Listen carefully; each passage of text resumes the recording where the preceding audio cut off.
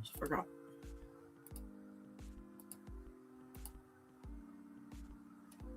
Hi, Amelia. How you doing?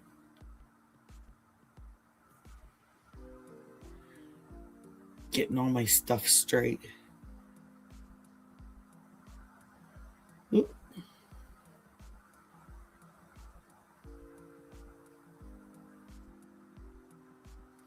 there we go. I am good.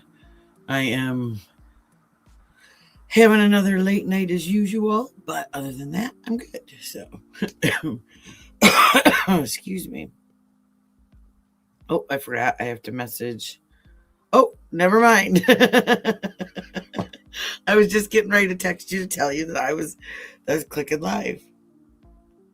I meant to be on a little bit earlier, but I got sidetracked. So, as usual, get everything loaded up. Hi, Austin. How are you feeling? Are you feeling any better? Hi, Austin. Whoops. Echo, echo, echo. There. I'm going to see if I do it like this.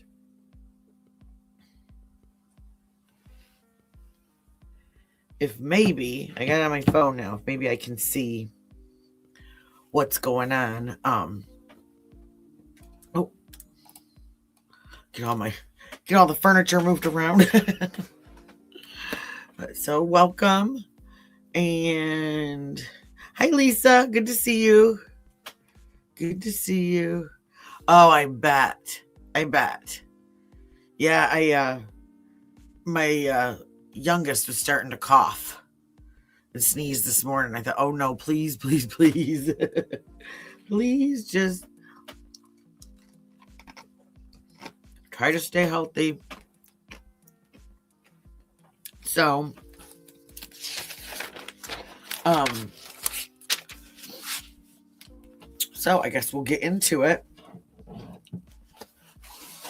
I am from Michigan, as most of you know, and recently, I believe it's like 10 days now, there was a woman from Kentwood, Michigan, over on the west side of the state, over on Lake Michigan side. And she and her husband were living life on the seas, living in their big sailboat, and they were in the Bahamas. And a report came in that early in the morning that a man and his wife had been on their dinghy going from a hotel, like a resort, back to their sailboat, when all of a sudden the water got really choppy, huge waves, and she bounced out of the boat. He threw it's a foam, one of those things, it's like a cushion that you sit on and it floats, or people use them to kneel on when they're planting. And oh yeah, go blue. I remember that. You're right here. I gotta put that up there.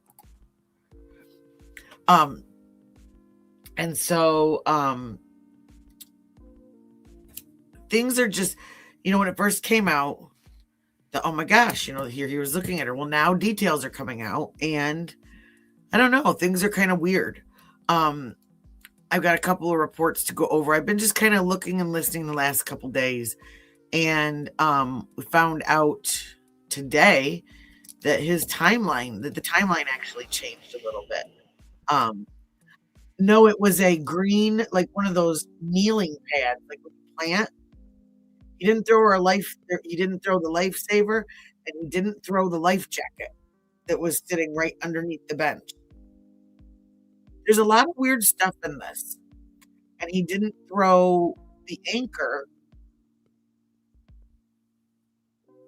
I don't know, it was very odd. There was an interview done with the I don't know if it's the daughter's husband. Well, that's one of the questions, because it said while there aren't sharks going in and out of that area, like they don't live in that area, they use it as like a thoroughfare, kind of. to get from one point to the other. And from what the son-in-law said, and what this expert that we'll hear, one of the searchers said, that is actually from the same area in Michigan that they're from, um, he said that, what did he say? He said that the conditions were not what he spoke about, and now the son-in-law and the searcher were saying that there were many places that were shallow that she could have like stood up in the water that were maybe only a couple feet deep because they were kind of in this like cove and it had like a that led out to the Atlantic Ocean. Now the Atlantic Ocean, there were warnings that night in that area. Yeah. Well, they were saying there's lots that go through there. I think Ashley Banfield, he had said that there weren't a lot of attacks, but that if someone was in the water like that, hurt or bleeding, that most likely, that something probably along that lines happened. I've heard a couple theories today though, and they're very interesting. And I have a theory of my own too. Yeah, and I can't remember what type of sharks they said. He says it in one of these interviews, the type of sharks they were. And it was really interesting. That's what I'm wondering. Did he do it on, like I said, I've got a couple of theories. We were talking about this last night. Tiger sharks and bull sharks. Yeah. Okay. Yeah. Cause they're not the giant ones. Right. But they're still, I don't care how tall a shark is. I don't want to run into one. But it's just really odd. When they show that like the little channel thing that they were in was only like 4 miles wide. If he floated on the current, she should have ended up somewhere along where he ended up. They found the float on the beach. Apparently, she was wearing a green cover-up over her bathing suit. He failed to mention that. Just talked about her black bathing suit. And he's got odd behavior. He was taken into custody. Then they took him aboard the boat so that he could get some more things, get like a change of clothes. And I guess as he was getting back off of the boat, he was trying to disembark. He had handcuffs on and a load of clothes in his hand, and he slipped and fell into the water.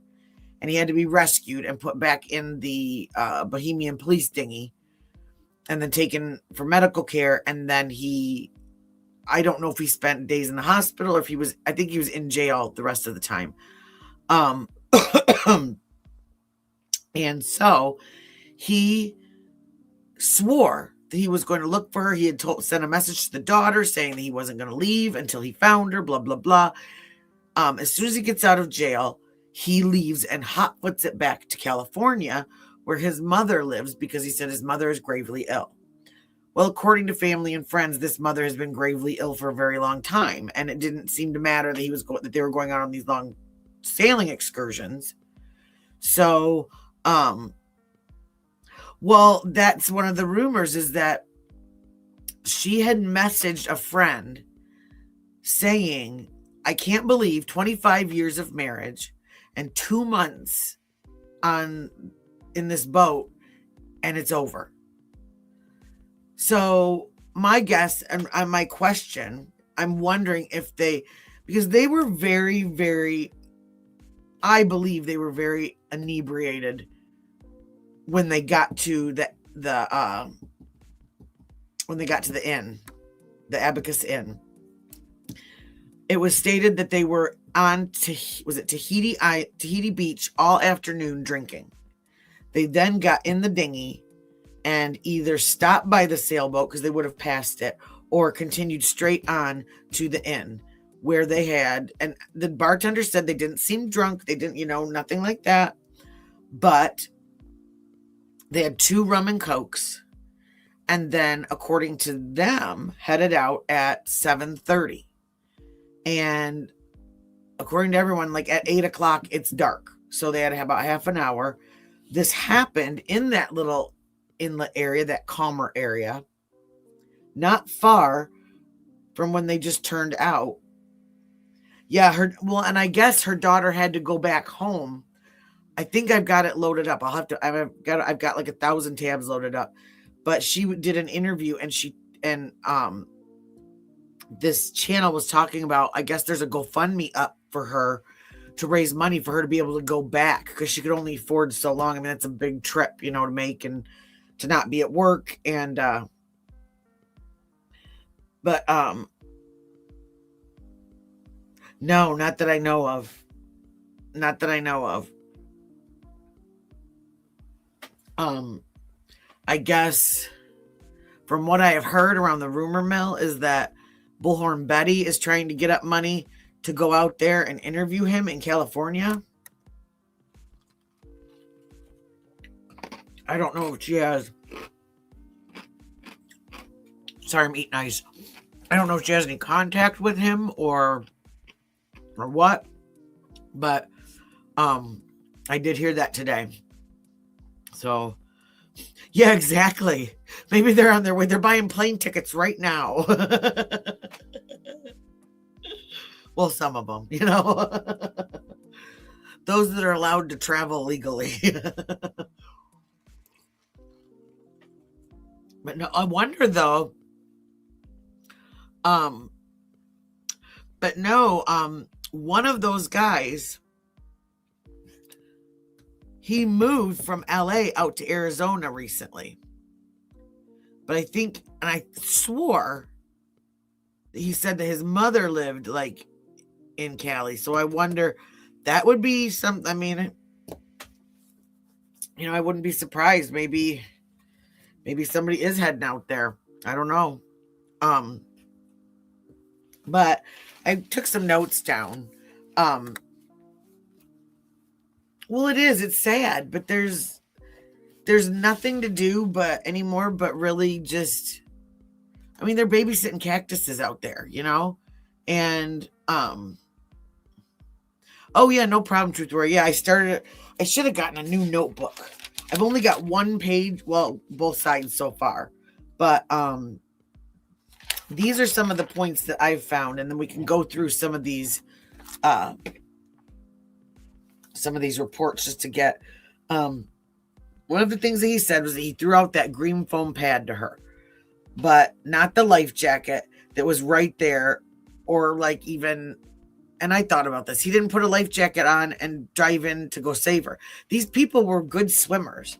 They lived on Lake Michigan 25 years of their life. They were always boating, and she grew up there. He grew up there. They were always boating out on the water, all of these things. So when you grow up on the water,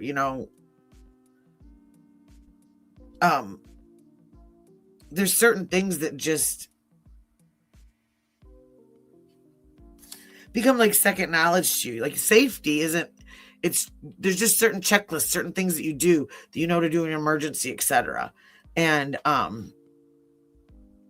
oh, that's awesome, Untamable. That would be great. And this is the thing too. So he said it was so dark that he couldn't see her anymore, and she's floating away. And he was calling to her for an hour, couldn't hear her, so he takes off. And he says in his first interview that he believed that she was heading back to the sailboat, which does not make sense because the sailboat's approximately 1,000 yards this way, and the shore is about 150 yards this way. But the boat is right there. Okay, so anybody that's been in a boat knows you throw anchor. If someone falls out, immediately throw them a flotation device, not a little green cushion, but you're supposed to have a life ring and life jackets on a vessel for every single person on there. And they have to fit. So if you've got, when we knew we had friends that would come on with us all the time, or if we had kids, we had to have kids' life jackets. We had to have adult life jackets, things like that. And if you get boarded and you don't have those things, it's a big, huge fine, and they can take your boat. I don't know how it is like in Bahamas, things like that. But growing up in a state where that's the norm, it's just, second nature to you. It's been stated that there were several areas she literally could have stood up in. So, and this is the thing that bugged me. So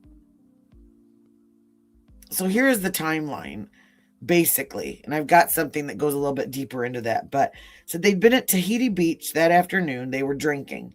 They used the dinghy to go to Abaco Inn Resort, drank 2 rum and cokes, left at 7:30, 7:45, and she fell out of the dinghy shortly after they left. They were taking the left out of the little channel out to the cove, like where their beach or where their sailboat was tied to a what do you call it? Yeah, the mooring ball. Well, and that's the thing too, is someone had a theory that something happened to her on the boat and that he put her in the dinghy, but those boats looked pretty close in a lot of the interviews that I saw. So I think whatever he did it out there, So she fell out of the dinghy shortly after they left.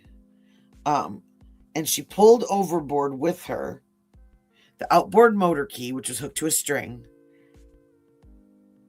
and the dry bag with her passports. And according to him, she was driving the boat. Oh, it's okay. I'm fluent in autocorrect. And then he ended up at that marina across the way at like early in the morning. And again, there was many shallow plots. So if he's oaring and having to use the current basically to get over there, and I want to look into this outboard motor, because we had a boat, our outboard motor, it had a key, but like Ashley Banfield explains, like the key was almost just like a kill switch, and it had a pull motor. There was a way to start it underneath when you lifted up the top of the motor. So I'm interested to see what kind of motor is on that boat. But they're now saying that there is security footage that changes the timeline. Good evening, Lady Dreadlock. I love that name. That's changing the timeline by an hour. So that makes a big difference, because here now we're talking about daylight.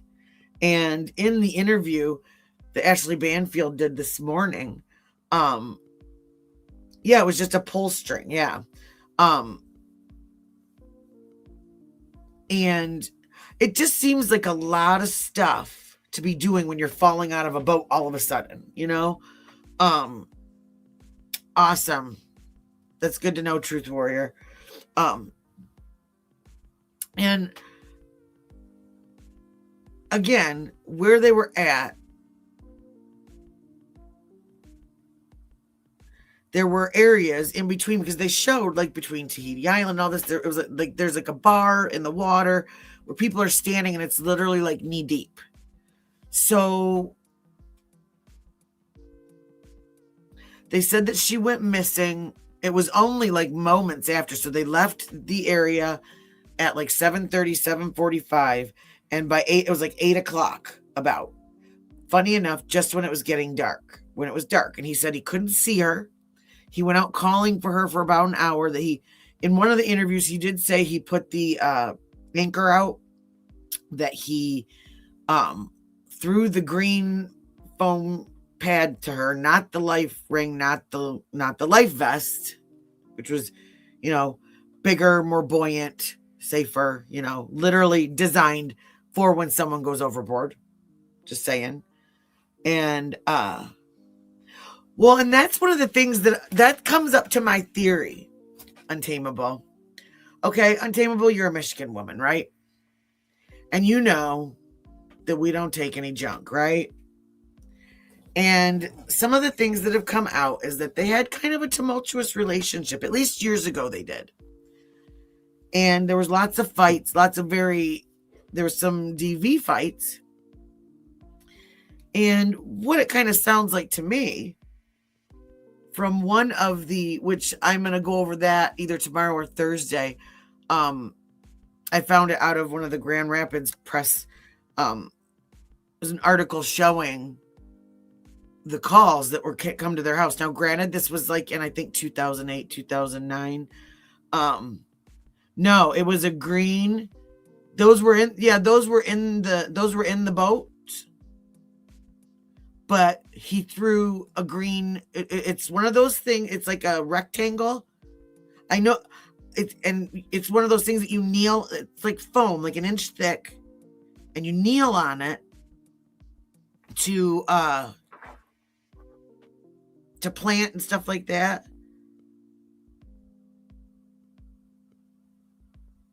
This is just this is one of those green pads. Yeah, it's not the yellow pad that has like the coating over it. This is just like the foam, like it looked like. And the funny thing is not funny. The odd thing is the handles are ripped off of both sides of it. Yeah, it's like it looks, and it's one of the rectangle ones that's shaped for your knees.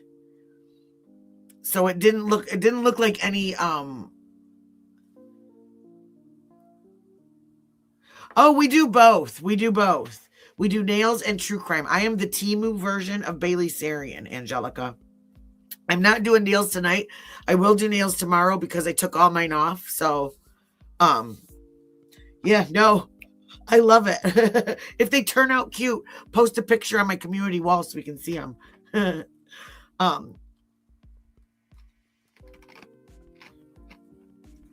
From what Ashley Banfield said, he says the floatable pad, but it looked like just one of the regular pads to me.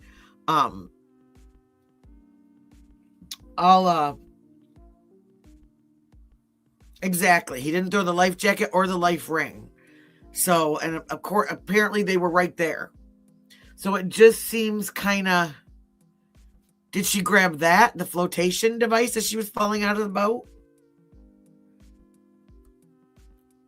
Yeah, everybody started out with me as nails, and then we started talking about all this stuff, and now we're claws and crime. But I also have, which that's what I got to do too. I keep forgetting.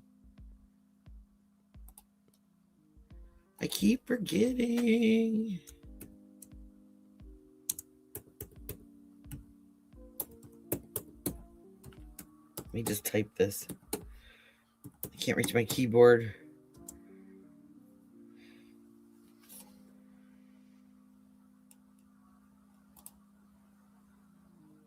Let's see.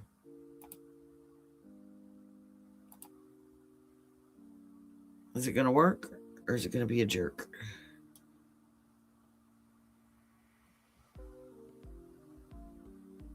Oh, sorry.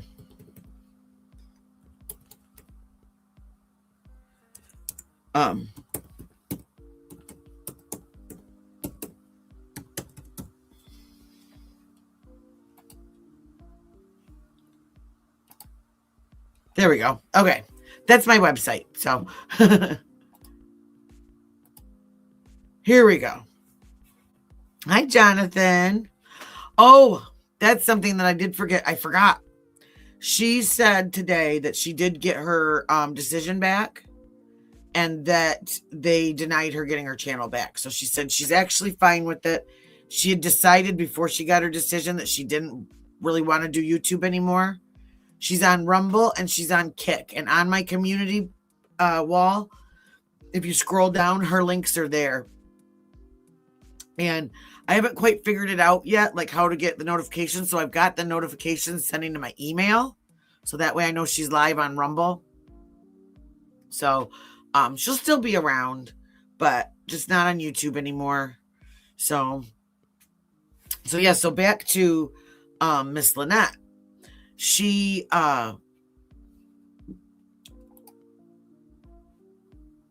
supposedly just tipped right out of the boat when everything bumped up. She played a video that had been banned that someone sent her she wasn't aware of, and YouTube caught it and snagged her channel. I think she was probably baited into, somebody sent it to her on purpose to get her to share it. But she said, it was a blessing in disguise because she was getting back into the true crime stuff and she was getting really stressed out. And for as many great people that got to find her again, some people that really gave her a hard time found her again too, So it's one of those be careful what you wish for kind of things, the cool thing is she got to find a lot of people that had not seen her in years and didn't know where she was. Yeah, they did it on purpose. When Canvas and I went and looked through those letters, Canvas read them all, and we were looking at the difference in some of the, one of the things that we noticed, because they sent her some prison letters too, was that there was a copyright next to the name. He wasn't copyrighted JLR or Jonathan Lee Rich's in prison. So that didn't make sense. So it was probably him or someone else, or, and the video, same thing. So it's just, I don't know, I'm bummed. My buddy's gone, but I still go over there and I watch her on Rumble. So, but that's another thing. They are changing a lot of, they're continually changing and adding to all of the community guidelines in terms of service because of a lot of the stuff that has been going on. So, I was listening to Molly earlier and she said that, it'll be a lot easier for people that are actually doing true crime. Like when we sit here and we have discussions and we go through charts and we go through, news articles, things like that, commentary, but that it specifically talked about going to crime scenes and streaming, is a no-no. Going after victims is a no-no. Drama farming is a no-no, meaning trying to create drama in that community, in that case. And it also spoke about, what was the other one? Shoot, there was one more. Oh, what was it? It had something to do with like trying to convince people to give them like super chats, super stickers, donations, things like that, to go out there, to be out there, to keep continuing content, things like that.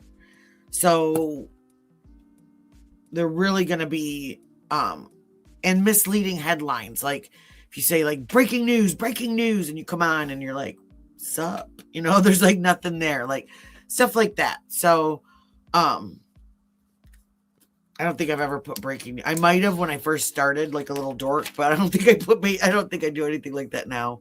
So if I do, please tell me to knock it off, because I don't want to be a clickbaiter or anything. If you see something in my title, then it will be discussed at some point in our live. And if we get down to the end and we end up not talking about that thing, then I usually take it out as soon as we're done, so that people don't think that they were trying to fool them or anything. Oh, sorry. My hair is wet and it's flopping. And by the way, hey, naturally curls. So you get to see me in my puff. I don't know what's going on, but so let me see. Let me find. I've got some of these. These are get rid of that. Get rid of that and that. Okay. So this is the first one that I am going to put up. This is supposed to be, hi, Palm Queen. Oh, I think so too. Well, and I watched somebody earlier today that had a really interesting theory. That did he do something to her on the boat and then went and either dumped her out in the ocean, because there's a little outlet right there, right by. They literally could have seen it when they were at Tahiti Beach having a day, where it goes out. You go through a couple little reefs right there, and boom, you're right out to the Atlantic Ocean. And their conditions were choppy, and there were warnings to stay off the water. Yeah, until they said they're still looking for her. But they let him go. Yeah, they let him go because there's no evidence so far until they find her. But this is going to be one of those things that even if they find her in the general area of where she should have been, then okay, story is copacetic, right? They find her with, a pew wound, then that's not how you drown. I mean, yeah, no, that's why she fell off the boat, right? I mean, I'm not trying to be insensitive, but that's what's going to have to happen. And if he dropped her out in the Atlantic Ocean or in any of that area where those sharks were, if she was unconscious or if she had an injury, I mean, that'd be it. And his behavior, it's odd. It's odd. When he was released out of the, let me find it. He was almost smirking. I mean, it was, oh, take this out, put that up. So this is,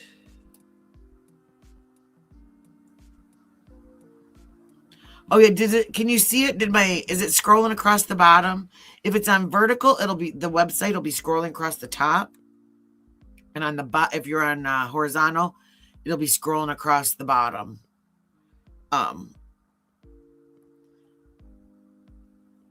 Let's see.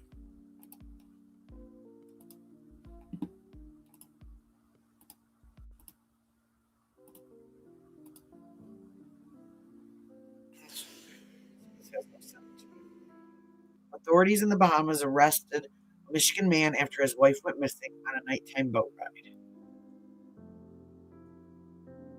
The Royal Bahamas Police Department said Brian Hooker, 59, was arrested April 8th.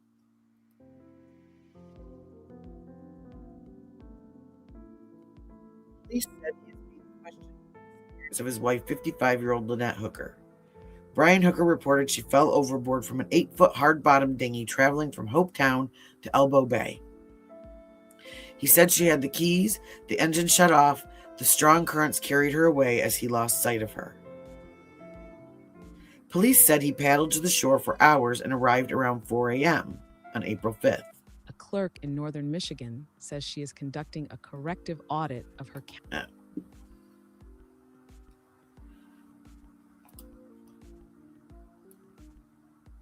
So,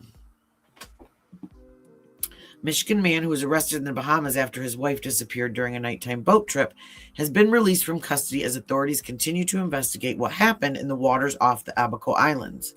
Lynette Hooker, 56, of Onstead in Lenawee County, has reported missing after she vanished during a dinghy trip with her husband, Brian Hooker, on April 11th. According to Bahamian authorities, the couple had departed Hopetown around 7:30 p.m. for Elbow Cay when Brian Hooker told investigators his wife fell overboard with the boat's keys, shutting off the engine as strong currents carried her away. So this is something that I want to say too, and I've gotten my notes. I've heard 3 different things. I have heard that she had the key, this was a spare key that was in her pocket. Then I heard it was a spare key that was in the dry bag that she supposedly grabbed also as she was falling off the boat. And then I heard that it was the key that was actually in the outboard motor with a string hanging from it, and that she grabbed that string and the bag as she went out.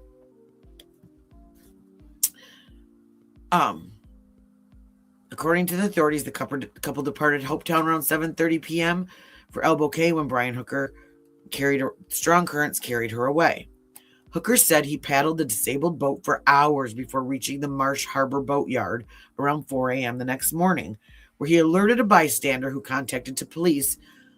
A large-scale search effort followed involving divers, drones, and U.S. Coast Guard helicopter, though officials later described the mission as a recovery operation.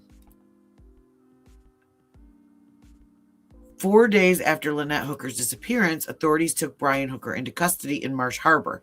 Family members, including Lynette's daughter, questioned his account and described the circumstances as suspicious. while neighbors in Michigan said the couple had a turbulent and sometimes violent marriage. While in custody, Hooker was involved in an incident during a police transport in rough seas. According to his attorney, who said he fell overboard while handcuffed and had to be rescued, suffering minor injuries. He continued to be questioned by investigators in the days that followed. Coincidence or karma? I just kind of found that a little ironic. I just have to say, but innocent until proven guilty.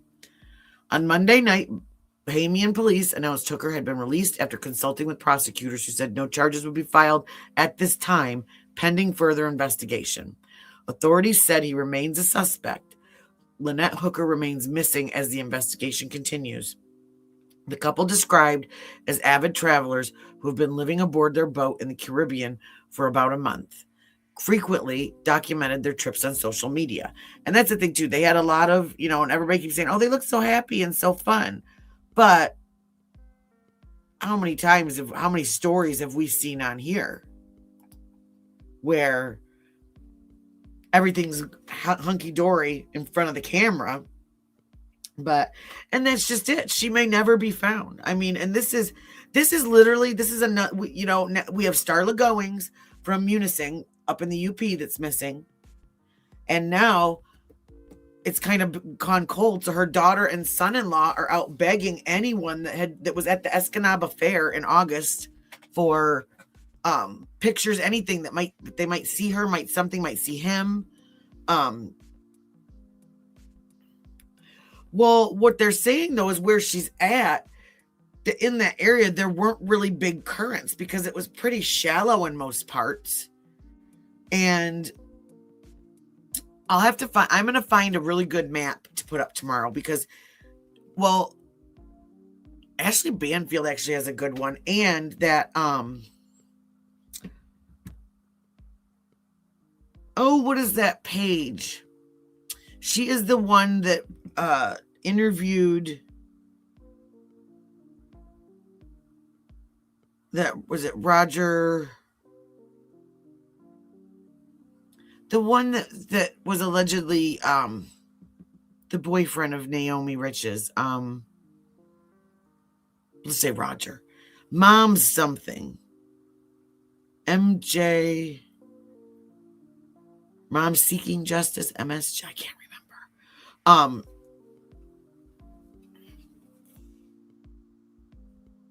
Well, and see, that's it. Like, this would have been like MFJ. Okay, yes. She did a lot of work. She did a big map this morning. And I will find that video and I'll try and put the link on my timeline if I remember before I go to bed. But she did a really good. Now she has a theory that he did something to her on the boat and put her in the dinghy. But when I looked where the moorings were, those boats, like Ashley Banfield interviewed like their neighbor. And I just would think, trying to get someone, if someone's deceased and you're trying to get them overboard, and that's a big drop. Like this, at the time that it would have happened, that somebody would have noticed or heard something, or I don't know. So I just think that was a little, what's the theory? The Occam's razor, like the simplest explanation is usually what happened, but what I'm wondering, because there's also, in one of Ashley's interviews, she talks about that it took him 8 hours to get to this marina, and it really should have also taken only 4 hours, even paddling, because the weather wasn't that bad, like he had said. It wasn't that the waves weren't that oh yeah, give me thumbs up, guys. Yeah, thank you. I forgot Canvas. That's who forgot. But that the waves were not that bad that night. And I'm wondering, because he said he thought she was swimming back to the sailboat. Why would you do that? Why wouldn't you head back towards the boat? I mean, if the currents were that strong, she should have ended up where he ended up, because that's how he said he kind of went with the currents. So one of my thoughts was, did they get in some kind of fight on the boat on the way out? Were they kind of gitching at each other? And, I go back to a Michigan woman. We don't take any junk, okay? It is cold and dark 6 months out of the year in this state. Okay? We grew up tough. So, with attitudes. And I just wonder, did something happen? Did she grab the bag and the floaty and jump out? Did he push her out of the boat? She grabbed the floaty. He pulled it up from her hand. It ripped, flung it out, and took off. And then left her there because he was mad and expected her to show back up at that sailboat. And she never did. No problem. I just wonder if it's even something as simple as that. That he didn't actively take her life, but something happened and either she got knocked out or maybe she got mad and jumped out and said, yeah, he said he threw it to her and it washed up on the beach. They found that, but they haven't found any sign, no clothes, no anything of hers. So that's just was odd to me. They didn't find the bag. The key should have been on a float. But it sounds like it was just on the, what do you call it? It was just on a string, which I find weird. But yeah, this whole thing is just odd. Let me find. So we're going to listen to this guy. I've got some other stuff that I am.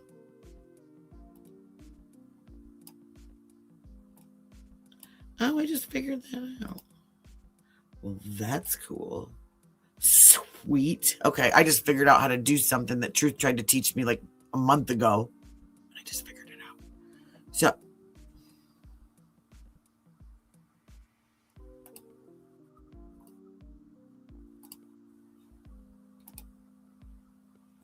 Oh. Just a second, I can't get back. So let's go right here. Now we can do that and not blow everything up. So this is one of the guys that was helping with search and rescue. And he also kind of felt, I believe, a little, he had said something about kind of like feeling bad or having something in common because this guy was also from Western Michigan. Ouch. So let me do this. Let me click that out. Take that off. Okay, thank you, Lisa. See, Truth Warrior, yeah, it wasn't even really a float. It was just one of those like knee cushions. That's what I thought, because it was one of those like green planters cushions, right, Lisa? Oh, they were wasted. They had been at the beach, at Tahiti Beach, all afternoon drinking at one of those like, it's like a sandbar is what it reminds me of. Like a sandbar bar where the bar was actually in the water. And they were there all afternoon and then took the dinghy, an 8-foot dinghy. Now, that's the other thing. We're going to see a interview of her mother. And her mother reiterates something that I was saying earlier, is that when you grow up on the water like that, there are certain things that you just do that are safety checks that are just like, it's habit. It's habit. You do it. Even just going out fishing, you check the weather. You check certain things on the boat first to make sure that they're there for safety. You make sure the plug's in. That's the first thing. Make sure the plug's in. Because there's many a time we were out on the bay and somebody had to dive in and put the plug in. And so, and that, we'll see when they were at,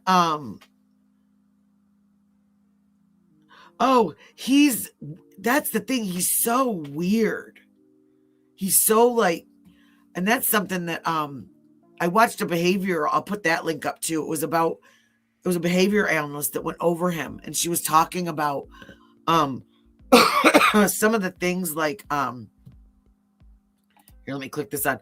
Like when he's talking, he's going like this, like when he'd say something, and how he had little smirks, and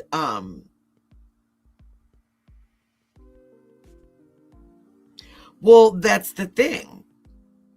That's exactly it, Truth. Is it wasn't one of the ones, like it wasn't one that that was like, I know what you're talking about. We had one, ours on our boat was white with a red cross on the top of it, and it had two handles on it, and it was square, and it was like covered in like a vinyl almost or something, so that it had that on there. Yep, we had that. We had a life ring, and we had 4 life jackets. And that's the thing, the life jackets were sitting right there. The life ring was right there, and he threw the cushion. The cushion that when you see him driving, he's sitting on it on that side of the boat. So that's what the cushion was used for, was on the back of the boat to sit there and drive the boat. And supposedly she was driving, which according to the daughter, he rarely lets her drive. Now we've seen pictures of her driving, but this expert comes up with a really good point, and I thought about it when my ex-husband and I were on the boat. He talks about if it were calm seas, yes, but if we were on the boat and say we were on the bay, the weather can change instantly, and we were trying to get back in. Just reporting. Yeah, exactly. And then he leaves. He's sitting there crying about, I'm going to stay. He said something about only a person of authority is going to be able to tell me to leave, but then leaves because of his sick mother that had literally been like terminally ill the whole time they were gone anyway. It's just, I don't get it. I don't get it. Good to see you, just reporting. Oh, I think this is now how he did it or what. I don't know yet. We had an idea of where to start searching. So we left Hopetown Harbor and went down to the area between Elbow Key. Let me do this really quick too.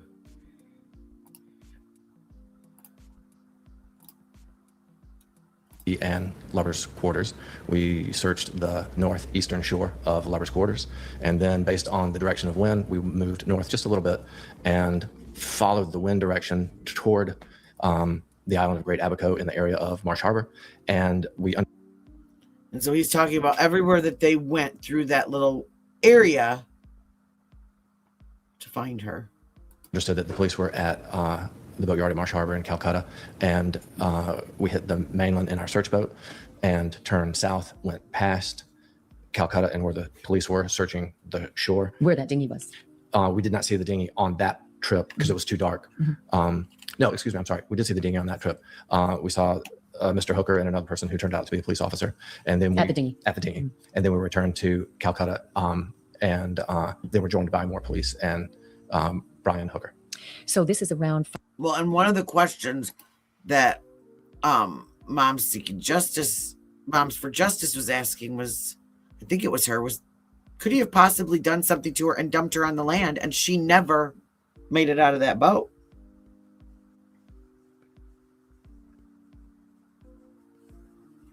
That could be it. We'll see. This is the thing, Palm Queen.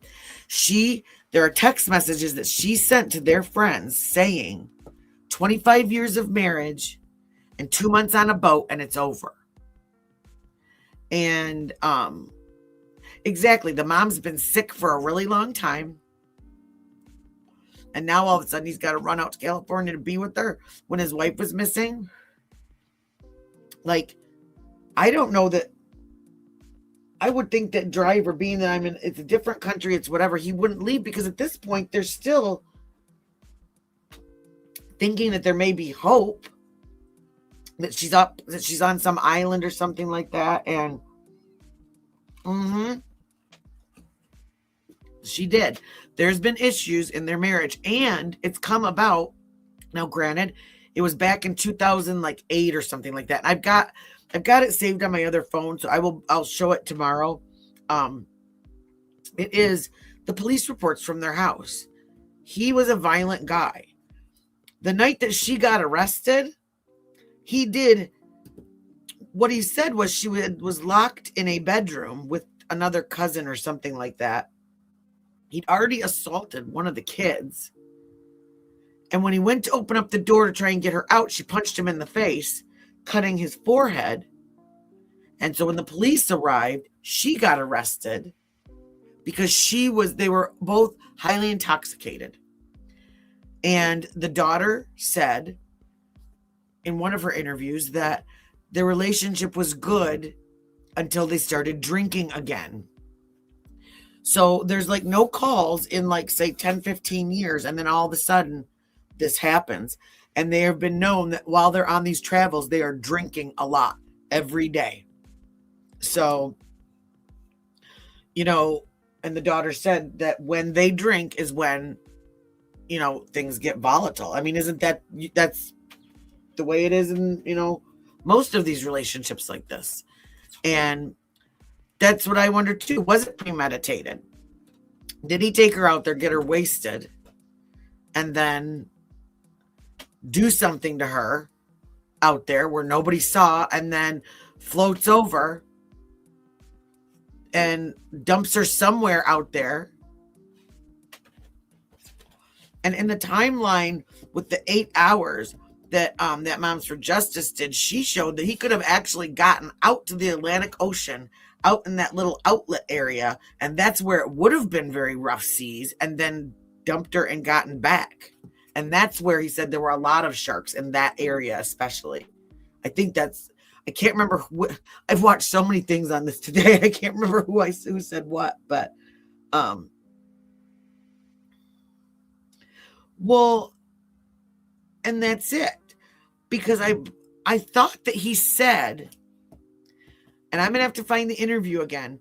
The daughter and their boyfriend or husband said that he had said something a year prior, like about how easy it would be just to like dump her off somewhere off the boat.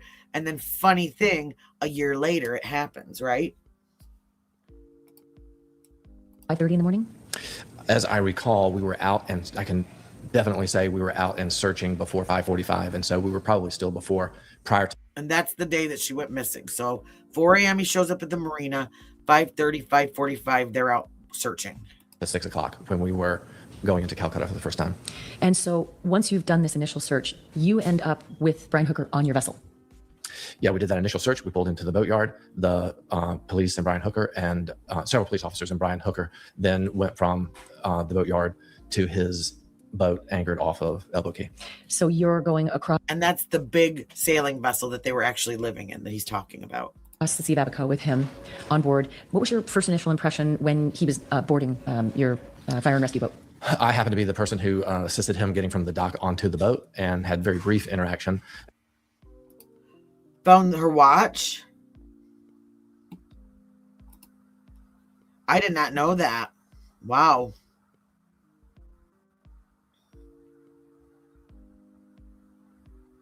That's what I'm wondering too, Palm Queen.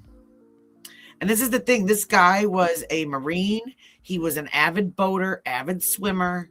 Both of them were. He could have literally put on one of those life jackets, anchored the boat, and jumped in the water and went and got her. I mean, they're at the Hopetown Marina. This is, I believe they're at the Abacus Inn. I think that's where Ashley Banfield is staying. And he struck me as, I would describe it as like he had been hit by a truck or was in shock. And I thought to myself, well, he's been up going on 24 hours plus. So that's. And my thought is some of the way that he's acting and some of the things that he says, you'll hear this later. The way that he's talking, like, are the tears because he misses his wife or because he did something and now he's regretting it? made sense to me. And it's been a terrible night. This is the facts that you have at this early point. Yeah. Hit by a truck is what came to mind. Were you able to talk to him at all when you were crossing from Marsh Harbor back over to Elbow Key with him? The police were with us, and so all of us on fire and rescue wanted to keep our distance and let the police do what they were going to do. And I don't know who's in what chat. Do you know where they found the watch, Lisa? Oh, okay. On the boat. I'm trying to highlight these because we've got the two separate chats going. Okay. Did not always wear the watch. And, well, you know it's Ashley. You know Palm Queen. She's gonna be all up in it. So you now cross the Sea of Abaco, you're back over at Elbow Key, and do you go to the yacht that is moored there? I mean, or anchored, actually. The thrown anchor, Soulmate, is just off of Aunt Pat's. Is that where you end up with him? Yep, it was in the approximate area of Aunt Pat's, and we tied up the fire and rescue boat next to the vessel and the sailboat, and Brian, a police officer, went onto the boat for about an hour. So you all stay, the fire and rescue and a couple of officers stay on the fire and rescue boat, which is now literally flush with Soulmate, tied up beside Soulmate, and one investigating officer and Brian get up on board Soulmate. There is Soulmate. That's the sailboat that they lived on. And so see, you can see all these boats around. This is why I'm not quite sticking to a theory that something happened on the boat. Because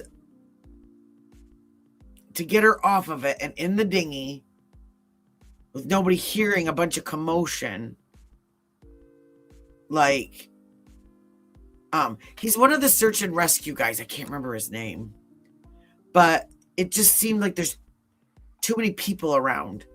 So I'm thinking that whatever he did was like soon after they left that inn. Yes. Do they stay in the cockpit area outside, or do they go down below in the cabin? They went below. How long did they spend? It's hard for me to estimate, but I would say about an hour. About an hour down below. And when they emerge, what's the next thing that happens? There was some conversation that I couldn't hear. They both individuals came back on the fire and rescue boat, and then as we untie and separate from the boat, one of the police officers. And I mean, it's pretty open. I know there's down below, but I don't know. It just seems like it would be, he's strong and everything, but it would be a very hard task to do without anyone hearing and noticing. Took pictures of the sailboat from 360 degrees. That's at the direction of the investigating officer to do so? I don't recall what he said, but he had an interaction with him, take pictures all around the boat, what appeared to be the senior person or a senior person. And so your search and rescue vessel now does a 360 trip around Soulmate, photographing every aspect of of Brian Hooker's yacht. Yes. And Brian and Lynette's yacht. Yeah, so he was one of the search and rescue people that came on to try to find her. And he spoke some with Brian, because I believe they were both from the same area in Michigan. I think that's what he said or says. And then where do you go next? I'm not sure why I was not privy to the conversation, but we went in the direction of where we understood that the woman fell off of the boat. And so we were in that area. Brian Hooker was on the front of the boat, and I took it upon myself to go out. And so the daughter got on the boat and said there was 12-pack of beer with 4 beers missing. The boat was a mess. So I wonder, did they, because that was something that Moms for Justice wondered, was, did they stop back to the boat on their way to Abacus Island? So that's what I'm wondering. They maybe did they stop there, grab a couple beers for the trip there? Because I mean, if they did that, like road beers, like when we were younger and stupid and idiots, and people don't think about drinking and driving on a boat like they do in a car. It happens all the time. That's one of the things that, if you're from Michigan, you know about the Bay City fireworks. Okay. It's one of the biggest fireworks, displays around, and you can actually go out on the bay with your boat and they fire they literally fire the fireworks from a big barge out in the water. So you can see these beautiful fireworks over the water, but you've got people out there all day. Oh yeah. Oh, road odors. Exactly. I mean, phew. My first vehicle was a truck with a tonneau cover and a slider window in it. Okay. I lived out in the country. I grew up like the Alan Jackson Summertime Blues commercial, or song video, but, no problem. I'll still be here. But yeah, he took 360 videos of the outside, but I don't believe they ever went on the boat. I think it was just, Brian, the lawyer, and some of the police officers. And talk with him about exactly where he understood that to have happened. How long were you up on the front of the search and rescue vessel with Brian as you all sort of tried to establish where it... And one of the things is I believe they came back after he was incarcerated or being held or whatever he was being, and they did a more thorough search of the boat, if I remember correctly. was that he says she went overboard? I would say easily in the range of 10 minutes. Talking to him. Yeah, to say, okay, she fell off here. How close to land was that? Would she have swum in that direction, or would she have swum? Palm Queen, yes, me too. Me too. In this direction. It was that kind of conversation. And effectively, you're trying to establish where did she go over, how close to land, and how close to the soulmate yacht? I was more focused on just the simple context of where to look. Now this gets interesting. And then he's going to come back later too and update about some things that he was thinking of, because the timeline changes to an hour earlier. And an hour earlier makes a huge difference in the condition of the water, the daylight, everything. I can't say that I cared about where the sailboat was. I was just thinking about where should we look? If she went off here and we were this close to land, what part of land might it be? And so where should we be looking? Were you able to establish that?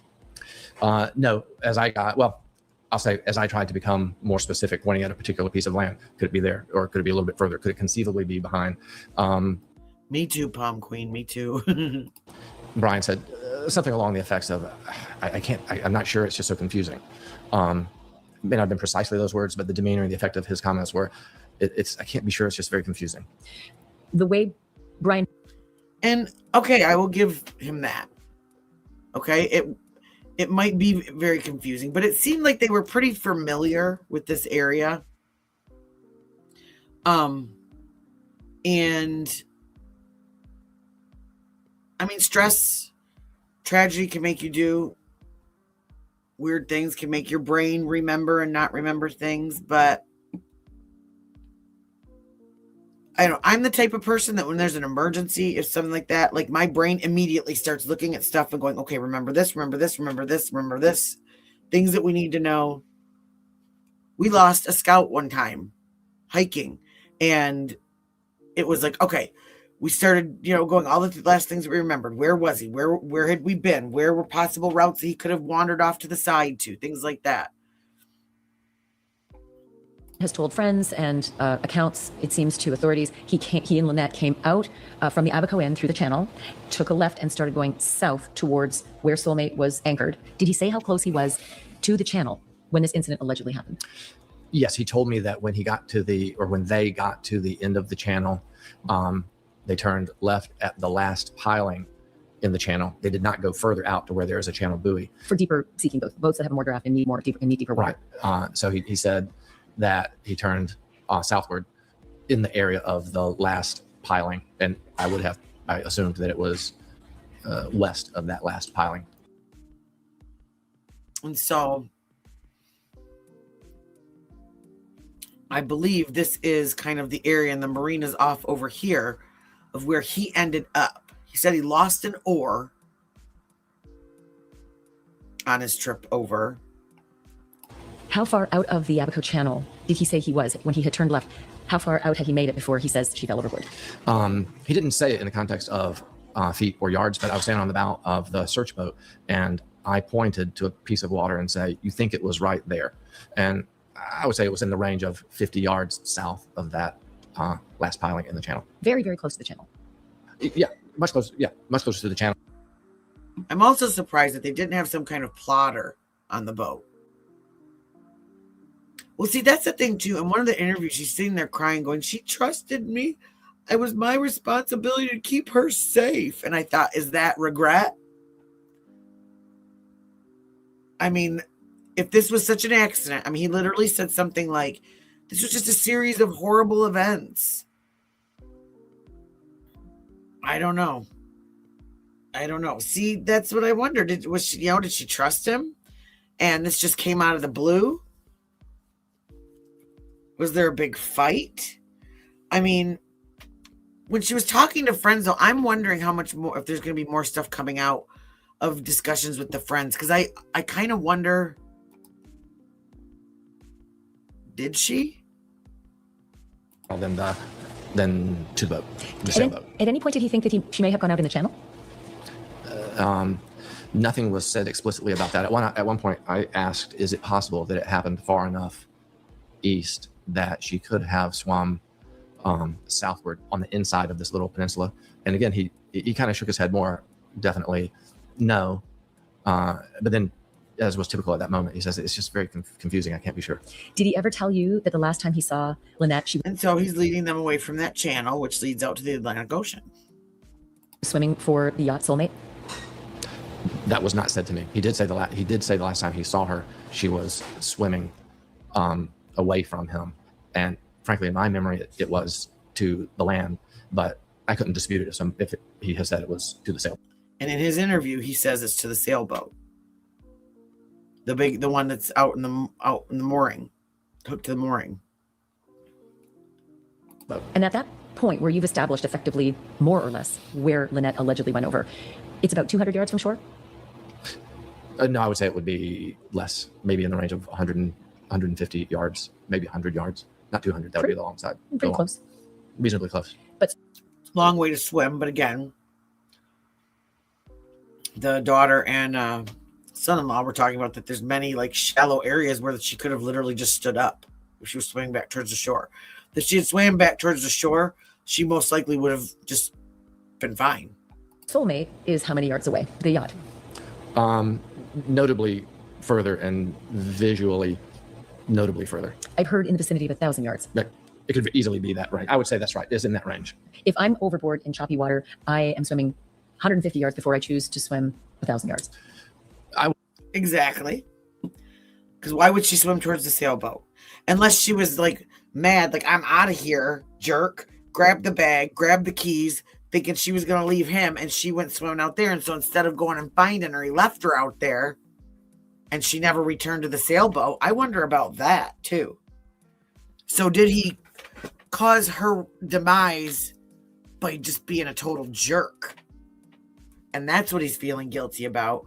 Because, see, that's the thing, is the bounced out. If she was driving, like he says, if you've ever driven a boat with an outboard motor, you're sitting there, your butt's down below. Then from what it looked like on the boat, there was like a lip that they would sit on. And you got your feet spread out to keep yourself level. And your hands on the steering rod. And you're going. And so you've got, it's almost like being in a car during a car accident and the driver can brace themselves against the steering wheel. Like if he was just standing in the bow of the boat, he would be more apt to bounce out than she would, in my opinion. Ask away, Palm Queen. I'll click play while it... If somebody had told me, well, someone was either swimming to the sailboat or to the land, I would say you're mistaken. They're not going to the sailboat. They're going to the land. Sailboat's Sailboat's too far. And the land was right there. So at this point, you've established... Yeah, and that's the thing. The land, the shallower areas, she knew this because they had been all throughout there. And swimming way out into deeper waters to go to the sailboat is just ridiculous. If I knew it was shallow and I got in a fight with driver, I might jump out of the boat and go walk myself back to the inn and go have some drinks, I mean, but it just does not click. It's not making sense. where the alleged dinghy incident happened. He's unable to be very clear about where she was swimming. He definitely did not tell you the last I saw her, she was swimming to the sailboat. I've heard that statement made. I don't recall him saying that to me. Is there any? They haven't said Palm Queen, but when they took him onto the boat, that was one of the reasons why he fell, because according to him, because he was allowed to get a change of clothes off of the boat when he went in there on there for that hour. And this is before he went to jail. This is after they picked him up from the marina and took him to the boat. And as he was disembarking his sailboat onto the police boat, he fell in the water with his handcuffs on, and they had to perform a rescue on him. So, yeah, it didn't say. I know, and he wasn't injured from his ride, his 8-hour ride, riding the waves over to the marina. Yeah, I've seen like several of them. I think I've got one of them pulled up. If I don't have it pulled up tonight, Anything else he said when you were up there for about? then I will pull it up for tomorrow, because yeah, she's got some really good information. That's another thing. And I saw it, I heard it on another channel, but they had said something after she came out and said, something's wrong. This isn't right. My mother I don't feel like my mother jumped off the boat or fell off the boat. That he had actually said something publicly about, either publicly or to one of the friends that he was texting, because there's these text messages that have come out, that she's had some like issues and needed medication that she won't take, things like that. And I thought, here we go. 10 minutes on the bow of the fire and rescue boat? He said, no, it was all related in the neighborhood of what we've just said, I think. Just matter of fact, but unable to really pinpoint. But one thing I do remember from those DV reports is that one of the reports was that he picked one of the children up, slammed them up against the wall, screaming in their face, saying, "You call me sir." I mean, wow. That's wow. Did he say he was drunk the night before and that's why he was having trouble remembering? Made no reference to drinking. No reference to drink at all. Any reference to why he couldn't pinpoint? I think so too, Lisa. I think that they were wasted. And that's the thing too, is if he's standing on the bow of the boat, wasted. Because by then, if they'd been drinking all afternoon, let's say they grabbed those beers or they were already in the boat maybe, and then they go and they have two, each drink 2 mixed drinks. And the bartender was saying how nice this guy was. So maybe he gave him a little extra pour, I mean, it happens. And they're there 2 hours and then they leave. The exact spot where it had happened, because at 7:30 I've been out there. It's bright. It's daylight. The sun hasn't set yet. You still have about a half hour until it's dark, and it would be really hard to see someone. Right. No explanation of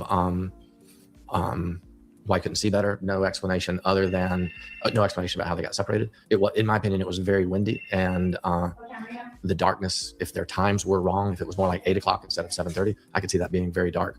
But I wouldn't have expected that. I wasn't there, so I don't know. But I wouldn't have expected someone falling. Yeah, I wonder how that works. If somebody will be able to get those, because it's Bahamas.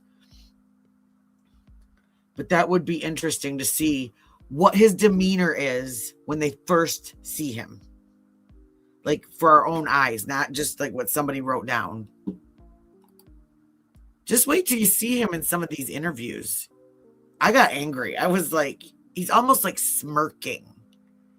He goes from like crying to fine to like smirk. It's weird.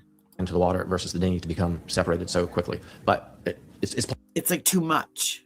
That makes sense. Plausible. There's a lot of incidents in the story that are possible, plausible, welcome, but maybe not the number one possibility. And so, you got to give benefit of the doubt at all times. And in this particular, like too much and not enough at the same time. Does that make sense? That was the impression I got from him. For instance, if Lynette were driving, and Brian says she was, what's your theory on what would happen if you were to fall out of the boat when you have your hand on the tiller? on the throttle? Well, and I've actually seen this happen in a much different circumstance. But if somebody's sitting on the right side of the boat, steering a tiller motor with their left hand, that's a big if, because I'm not sure of the circumstances here. But if they're in that situation, somebody lost their balance and got bumped off, the most likely thing would be to hold on to the motor for some period of time as they went over. Well, when I saw him driving, he was always on the right side. And when we did ours, I would be on the right side of the boat, or on the left side of the boat, using my right hand to steer. Was that starboard? I'm trying to remember. My ex-husband even used to make me call it like starboard, port side, like all that. The starboard side of the boat, and the geometry of the wind and direction is such that the boat would have turned into the wind as the individual went over the side. And as I pondered that, I thought that dinghy with that very small electric motor, I'm not sure of the size, but that dinghy with a very small electric motor would probably come to a stop very quickly. Yeah, I mean, that's the thing too. It didn't sound like a very big motor. Oh, yeah, exactly, Palm Queen. And it sounded like they had kind of a rough patch of like abuse, and then things got better. But did they get better, or did the kids and stuff just learn to fall in line, Yeah, and exactly. Instantly discrediting the daughter with the medication story. And I thought, why would you say that? She just lost her mother. Why would you say that? Yeah, exactly, yeah. I could never remember. And I always had to remember the lights, because it was my job if we had to come in the dark, is put the lights up. Ouch. And that's the thing. The daughter said he always drove. Now, there were some pictures of her driving, but this guy at the end of this interview brings up some stuff, and like, I'm not sexist or anything like that, but there are things like if it's really bad outside and like say winter, icy roads or whatever, if we get in the car, it's more apt that driver's going to drive than I'm going to. And same with when my ex-husband and I had our boat. If the waters were kind of rough when we were coming back in, or even if we were going out, we wouldn't go out during we'd always make sure we checked the wave reports and all that stuff. But if it were rough seas on the lakes, he would drive because, I don't know, it just felt safer, and he did have more experience than I did. So kind of like, your teenager's a good driver, but if it's really bad out, you're going to drive them somewhere.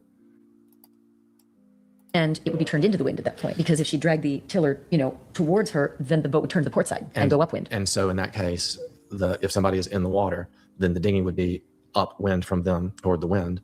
And it's impossible to say, but the wind would have if what I describe is correct, then that would have blown the dinghy back towards her. But if she was sitting on the other side of the boat, then my explanation would work against her. So I don't know. It's hard. But if it blew the dinghy away, then she wouldn't have turned backwards and swam for the shore. She could have swam towards the dinghy, and that current, if it was pushing the boat away, all he had to do was throw anchor and she could have gotten back in the boat easily. Well, maybe not easily, but I mean, because it's hard getting back in a boat, but Of course, we weren't there. Her daughter says she never drove, that Brian would always drive. But I've seen a picture of her actually on the right side, on the right sort of pontoon, and she seems to be driving. She has her hand on the throttle and the tiller. One thing I did notice, though, is that the electric key does not have a wristlet. It's just a long string. And Brian says she took it out with her. So what kind of a possibility is it? And that seems weird to me, too, because her hand wouldn't be positioned. If you're holding the steering rod, that key's going to be back on the motor. So if she's falling backward and out, her hand is already coming away from that. They're in two different places on the motor.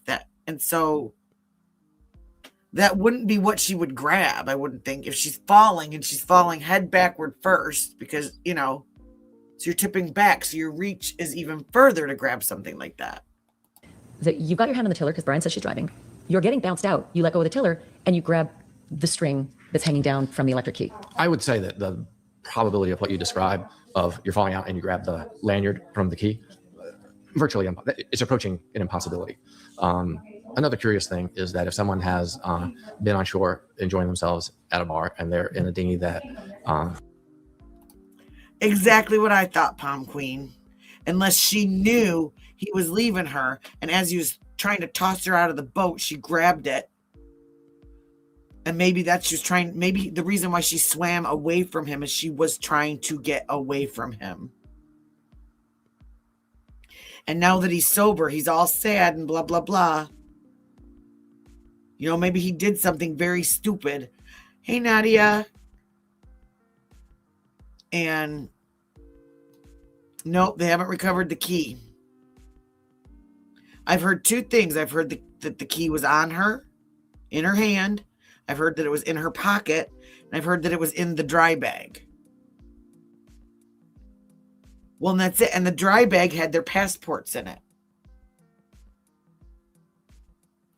So, and the spare key. That's what it was. Oh, no worries, Canvas. No worries at all, girl. But it just, none of it makes sense. And he's literally like explaining this, like this was just a series of unfortunate events that went one right after the other. Like, I don't know. maybe it doesn't have a radio or a portable radio. If he's not guilty, I'll say I'm sorry. But you know what? Portable radio like most would. It seems an odd thing that someone would have put the wristlet on because they really were so close to the boat. There was only a 10-minute drive in the boat at most. I've seen the pictures. There isn't a wristlet on that key. It's just a straight string that hangs down. Right. You'd have to grab for it and pull it out with you as you're being bounced out unexpectedly. Yeah, you would. It's And very difficult to You do would. that. Although normal safety procedures is that would be attached to your wrist. If you're by that yourself. So exactly this would happen. If you're by so yourself. The boat stops. If you're with someone in the boat, you don't want to take that key out with you and render them unable to come and get you. Oh, well, who knows? Right. So the other question is, Brian says she went out with the lanyard and the key and went out with the dry bag. So what are if you're driving, that's not So, and that's the thing. You're on rough seas. It's not like this stuff just all of a sudden comes up. Okay. And exactly. Yeah. You do want the motor to cut off immediately, as though that's what the kill switch is. That's what that key is supposed to be, I believe, is like a kill switch. Yes. That's one of the things. Oh, come on, just a second. Sorry, my computer decided to try to do a scan on me. Yeah, ours was like that too. We had the but it's separate from, and I don't remember if I thought when it was engaged and on, you couldn't pull it out. Like just like not like it took a lot to pull it out. It doesn't just easily like slide out. I think he did. I think everything he said was false. I think something happened and either he shoved her or he went to do something and to her and she jumped out. It just doesn't seem plausible that she's like grabbing all these things as she's falling backwards out of the boat, because I'm going to have to show, when I used to do merit badge classes, and one of the things that we were talked about was the anatomy of a wave. And if you follow how a boat travels over a wave, she would have either, depending on which way they were going through the wave, she either would have been kicked up in the back and fell forward in the boat. And if he was in front of her, he would either have been knocked out with her or could have caught her. Or if she goes off the back or the side, that force in the top of your, the top of your head and your arms is all going to be going backwards. So did she use her toes to grab the key with one hand and grab the bag? I mean, I'm not being like a jerk. How did she grab all these things if she was just all of a sudden surprised that these 3-foot waves came up and knocked her out of the boat? And exactly, he supposedly was standing on the bow. So he's drunken on the bow. He doesn't get knocked off, but she, who's back there sitting down and like you said, you kind of plant your feet down to get your equilibrium, get yourself balanced, so you don't like whipping around with the boat as it's going through. You brace yourself, and then you're holding on to the motor, either right side, left side, whichever side you prefer. But it doesn't make sense. Dry bag necessarily that you may be wearing. Maybe it is. I'd have to look at it. But what are the chances that you're going to grab a dry bag and grab the lanyard and let go of the throttle and be bounced out unexpectedly? If you were to fall out of a boat, it happens so fast you don't have time to think of anything. So Exactly. virtually unheard of that someone would have the presence of mind or the thought that, oh, I need to grab that. You'd be absolutely surprised. You'd just be like, what? You wouldn't be grabbing. You'd be trying to grab at the boat, maybe. But you tip over backwards, you're done. Couple of things. On the way out. A couple of things. It happens so quickly that you don't even, when something like that happens, you don't perceive it happening. You go from the state of driving the boat to the state of, Help me. bam, I'm in the water. Yeah. Yeah. It's hard to understand that dry bag. I've seen a dry bag of a similar color, and he has described a dry bag the same color as the seat cushion, green. Mm-hmm. And I've seen a picture of that dry bag in the boat. I'm not And after Brian Laundrie, I don't trust any case that has a dry bag involved. That's where he kept all his secrets. going to say it's the dry bag. I'm going to say a very similar looking dry bag in that dinghy. That's the kind of bag that's big enough to see. It's not a small purse that you would take to a water slide, say. It's not that kind of dry bag. It's a dry bag that would probably float. I happen to not have experience with using a dry bag. I wondered about that too.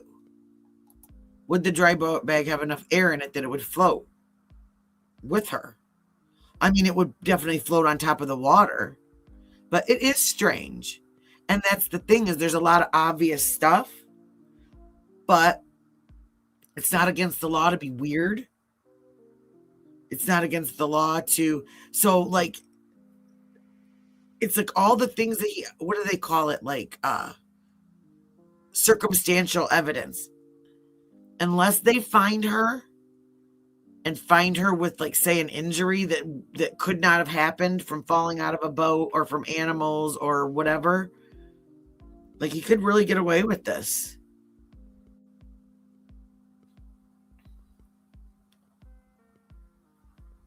I think she's,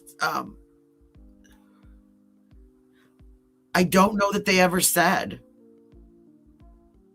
That's what I'm wondering. Or was it for, like, yeah. But I know that it's sealed for water.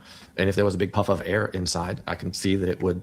Yeah, he doesn't know the size. He said it's just, he knows that it was supposed to be waterproof. Float. And at some point in the searching operations, when we found the green cushion, Brian said, oh, look for the green dry bag as well, which of course we did look in that area of the cushion and did not find the bag. Would you expect Yeah, see, it was just a cushion. to have found the dry bag if it went overboard? Again, it's got passports in it. It's got critical things in it. Not sure why they would have taken the passports to shore, but okay. It's going to be sealed if your passports are in it, if you're in a dinghy. That doesn't make sense either. And was that somebody planning on needing them to leave? I mean,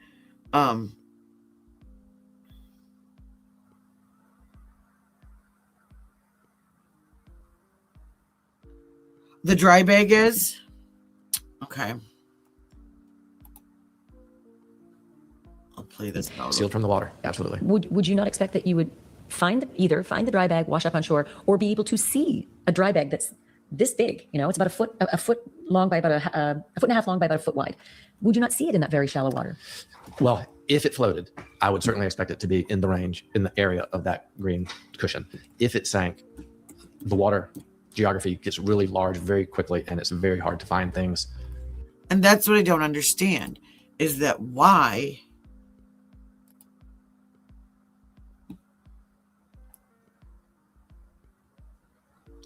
did they have all of those things? Let's see. Of course, I'm finding every picture except that one.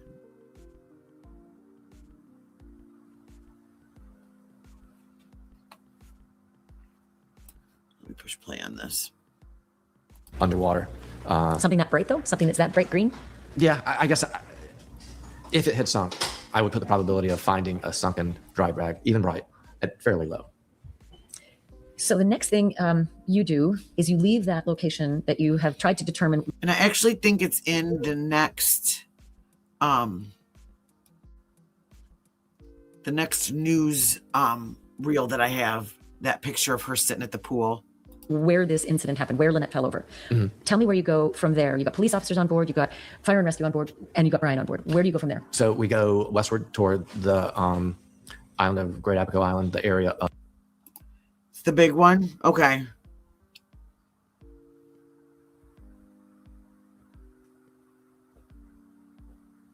So then why would she pull that out? Hey, I got a question. It's a foot wide, but how long is it?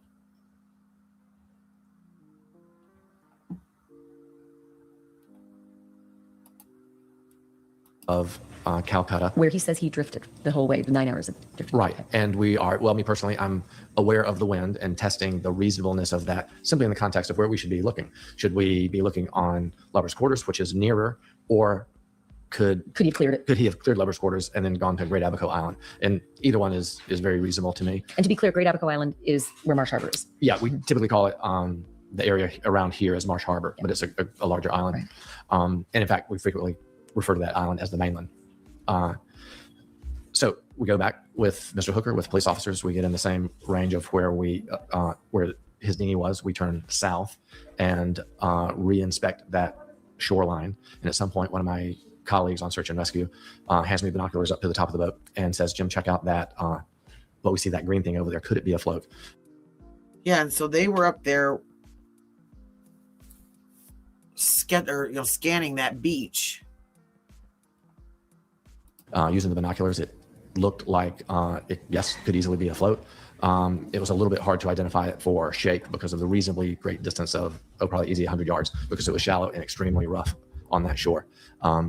So it was a reasonable possibility that, yeah, that was it. And though I was not, I don't believe I was present, I think there was conversation among Brian Hooker and the search and rescue people to say, okay, that's a possibility that could be the float. Did Brian take the binoculars and look and see if that was his float? I did not see that take place. And to be clear, the float that we're talking about is the float that Brian says in many different formats, whether it's through friends or to police, he threw the green float to her and did not know whether she ever got it, because he said she was bobbing up between 2 to 3 foot.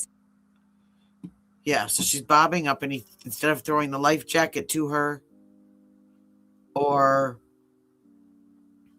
even a line to her, the life ring that would have had a line hooked to it, he just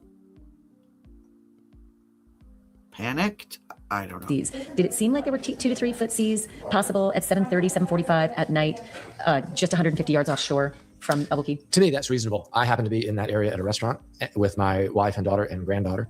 And at about that time frame, between 7:30 and 8, I happen to have a clear memory of the time because I arrived late, just before 7:30. And it was getting dark. And very quickly, as I sat at the dinner table, the wind kicked up to the point that it was a touch unpleasant. Now, notice he says this now, and this is the timeline for the 7:30, 8 o'clock hour, that half an hour in between, when he said that's when she bounced out of the boat. And so I knew it would be rough out there, and it would be an evening where no one would be out on the Sea of Abaco in their boat. Is it at 7:30 or 8 when you notice that this is getting bad out there? Well, I'll say that I arrived at the dinner table, which was outside, very shortly before 7:30. And okay, I didn't hear that. I was searching for something. I squirreled. So 1 foot by 1.5 foot.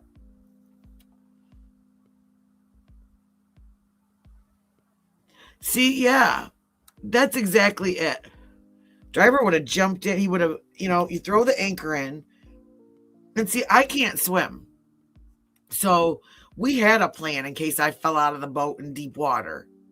Now, again, she wasn't in very deep water. And she, the current's going to carry you towards the land where it got shallower and shallower and shallower. And, is that a small one? So do you think, would that have floated, or would that have gone down? Yeah, none of this makes sense. It's another one that doesn't make sense. Which lends me to believe that he had something to do with it. It was a short time later that I noticed how windy it was. Could it have been 7:45? Yes, but it could have been 8 o'clock also. Okay, at some point, but it was getting dark. Yes. I've noticed it's 7:45, not so bad. It's dusk, but at 8 o'clock, dark. So Yeah. somewhere in between there. Yeah. Yeah. it's And fine. you would say that's bad out there. You didn't see a lot of boaters either at that time, right? I would expect to see 0 boaters out there on that night. To me, it was rough enough that no boaters should be out. But yet there would still be people on anchor. Oh yeah. When I say no one should be out there on a boat, I mean a boat underway, but a sailboat or a powerboat on anchor. It was not bad weather. It was not dangerous weather for boats that were anchored. You would want to stay on your boat to be safe. You wouldn't have wanted to be in the 8-foot. Yeah, I mean, even our boat was 17 foot long. And if you had like 3-foot seas, 3-foot waves, again, back to the anatomy of a wave, you have the crest and you have the trough, but you also have the forward movement of the water underneath the wave that's moving everything. I don't know. That could be another thing. And this is the thing too. If they have enough money to own a sailboat and sail all over the world like this, and that's their life, you know, they probably have a decent savings, decent retirement, whatever. And if their marriage was ending,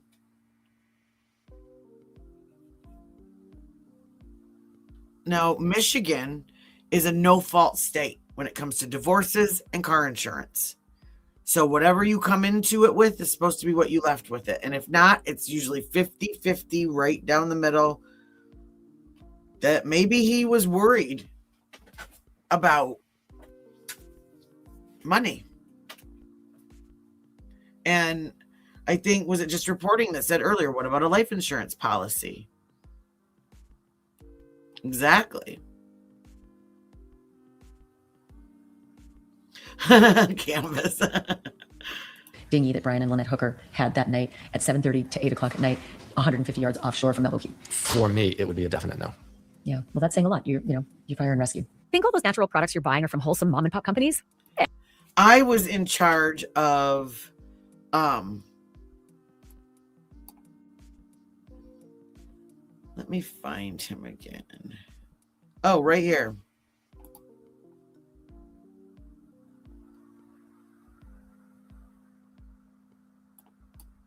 Whoops. Where'd that go? It was, I think, 36 minutes. There we go. I don't recall him mentioning Oh, 2 to 3 foot seas to me.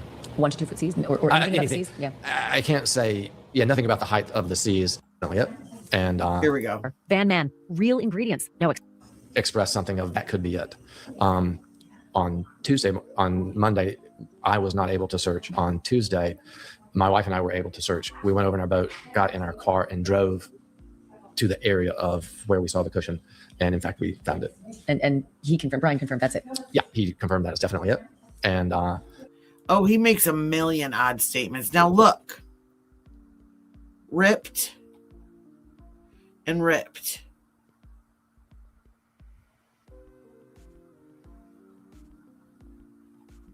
That's just kind of odd right there. Ripped and ripped, right? Was it like that before? there was a kind of an odd break where one might grab it, almost like a handle, where it was broken.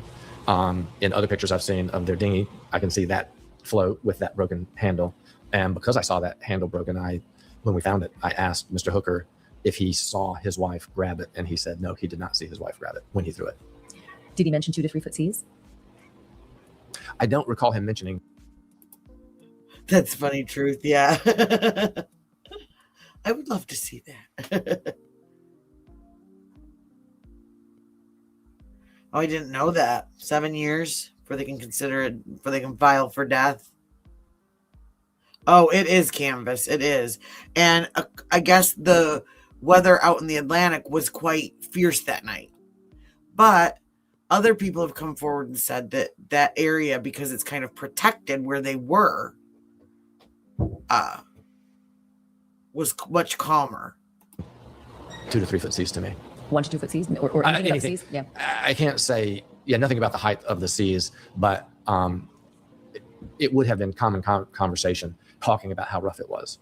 Did he ever say, I saw her and then she disappear and I lost track of seeing her in between the waves? The only thing he said in the context of what he saw, he said, I saw her swimming away. But he couldn't. And why would she swim away? Yeah. Oh, is okay. I thought it was one of those like planter things. That's what they used as a cushion to sit on the back of the boat and steer the boat. Because I saw him sitting on it in one of the pictures.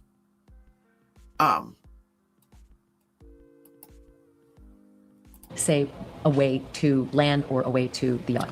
Well, when I talked to him on the front of the boat early on Sunday morning, and it was daylight, I was very explicit to say the point at a body of water. This is where you think it happened. And he said, yep, it's confusing. That's the area, and described the last piling in the channel. And I pointed at the shore in 3 different places because the shore was so close. It was obvious. It seemed obvious to me that if she didn't come right for the dinghy, then you would go for the shore. Yeah. Because the boat, again, is like over 1,000 yards out. Sure. I pointed to 3 areas of the shore, and his response was more along the lines of, I just can't say for sure. It's confusing. But never said, no, not sure.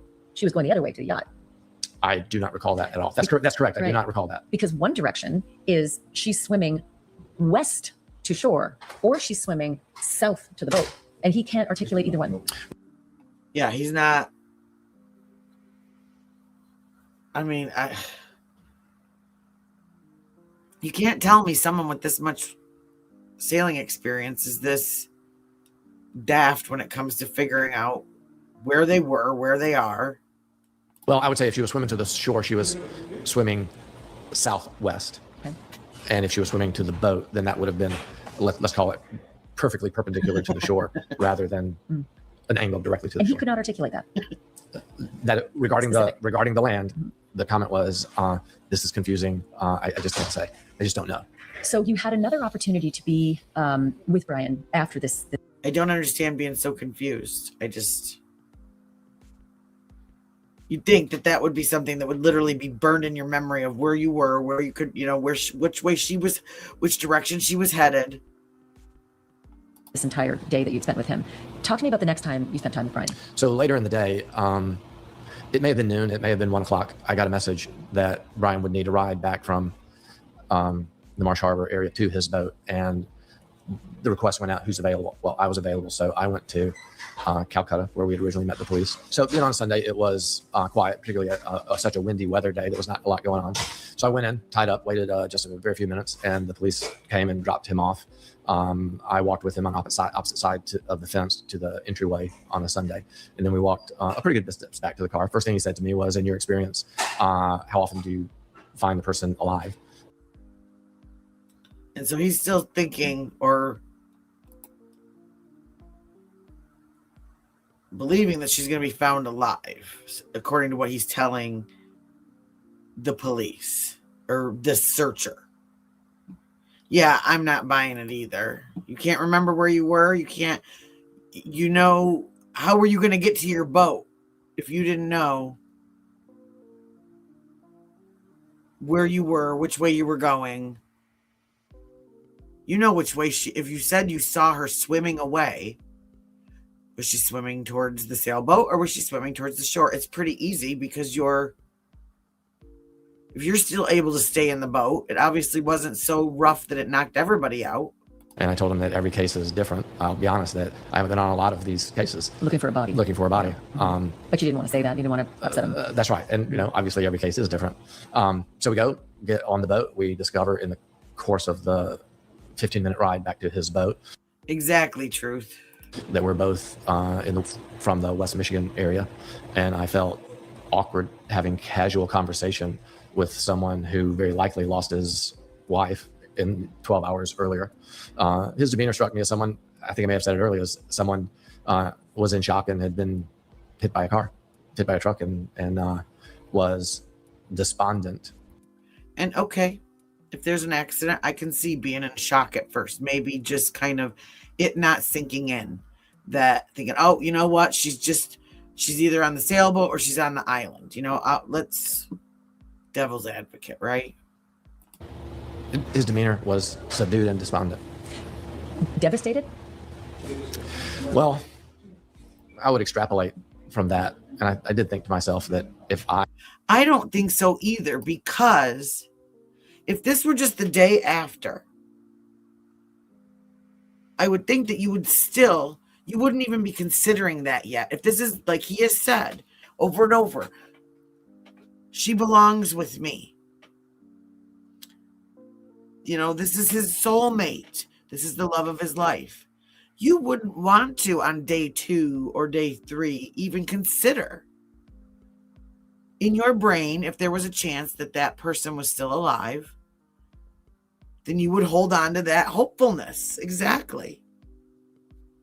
And that seemed odd to me. I was in a similar situation with my wife, I would be inconsolable and unable to function. People would have to be with me to hold me together. And that's not what his demeanor was. And, everybody is different. Yeah, it's almost like he knew what happened to her. But that I did notice that. So did you have much conversation as you did that crossing to get him over to the soulmate yacht? That's his home. The soulmate yacht is where he lives. So no, we had, I tried to, I guess you might say, I threaded the needle of pleasant conversation to minimal conversation because I certainly don't want to be chatty when he's dealing with whatever he's dealing with. So it was mostly quiet, but I asked, where he was from and where he kept his boat in Michigan, how long he had been sailing. He said at one point, I don't even want to sail anymore. And what was unsaid, without his wife. He said, I don't even want to sail anymore. And that's certainly understandable and reasonable. No circumstances. When you reached soulmate to drop him off, what happened next? I tied up on the boat for just a minute as he scrambled onto his boat. I don't remember how they. And maybe I'm jumping to conclusions, but I don't think that I would even think about whether I'd be sailing or not at that moment either. Hi, Rhonda. Good to see ya. I don't think I'd be, I feel like my brain would just be on finding my husband or finding my wife, whatever, The conversation initially started, but he was concerned about retrieving his dinghy that was still on the beach. And the weather was too rough to get access to the dinghy. It was too dangerous. And so dinghy back over on Marsh Harbor, 4 miles away. Right. Yeah, across Abaco Sea. Yeah, it's way too dangerous to retrieve it by water. And so and that's what I'm going to show you next. I did find, when I was looking for the picture of them at the hotel, I found something else. That's it was the clip of the interview with the daughter and the husband. So I'm going to show that next. So that just kind of talks about his, and we'll see that in an interview.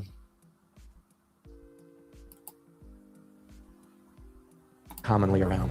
It's, again, possible, not totally plausible. Right. Yeah. Jim, things have changed since our last conversation at the hotel. So he comes back because there's a little bit difference in the timeline now. The daughter was looking at security footage, I believe it was the daughter, and noticed that it was approximately an hour earlier than the time that was stated. So all this actually happened around 6:30, 6:45, when it would have been broad daylight, bright sun. Inn and Marina. There's new information from the timestamps and the video that Lynette's daughter Carly and her boyfriend Steve saw that show Lynette and Brian walking out of the Abaco Inn and towards the dock at 6:38-ish. That changes things for you. Yeah, it really does. It changes it a lot because the initial story of leaving at 7:30 plus, maybe I gave some grace to say that 7:30 could easily become 7:45. And then as you approach 8 o'clock, it's very dark. Yeah, and that was one thing that stated 8 o'clock. It was dark. It was dark out. So that could be plausible that she floated away and he couldn't see her. But at 8 o'clock. But if the departure was notably earlier, and really I'm saying now what I'm describing is if the departure was from 6:45, really all the way up to 7:30, then that's different. The first version was leaving at dusk going to dark.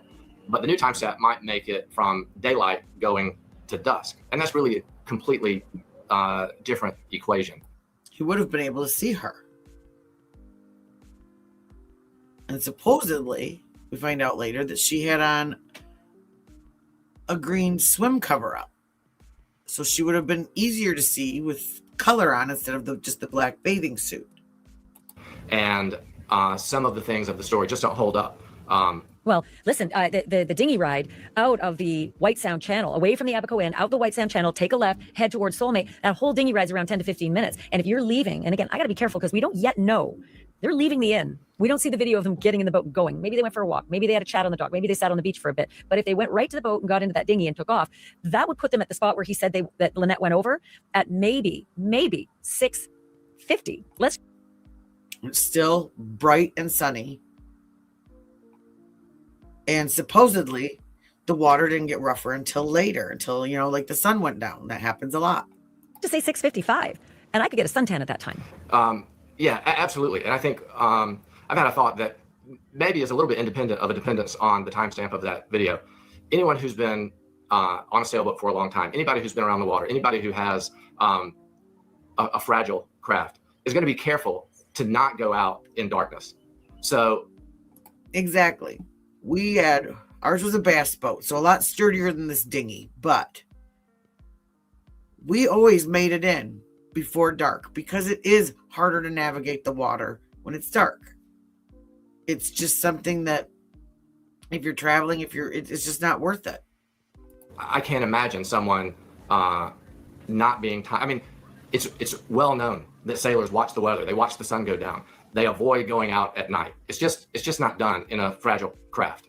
There's no reason to press it. And there's no moon that night. I think the moon came up at 10 p.m.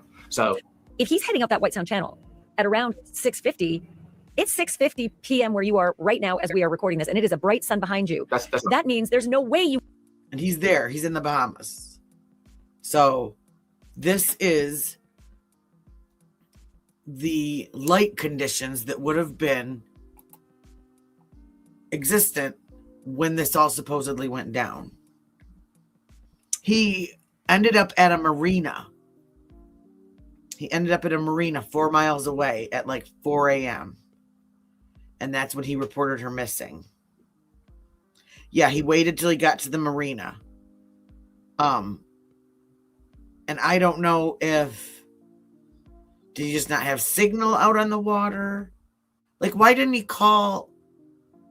You would think they would have phones. Why didn't he call for help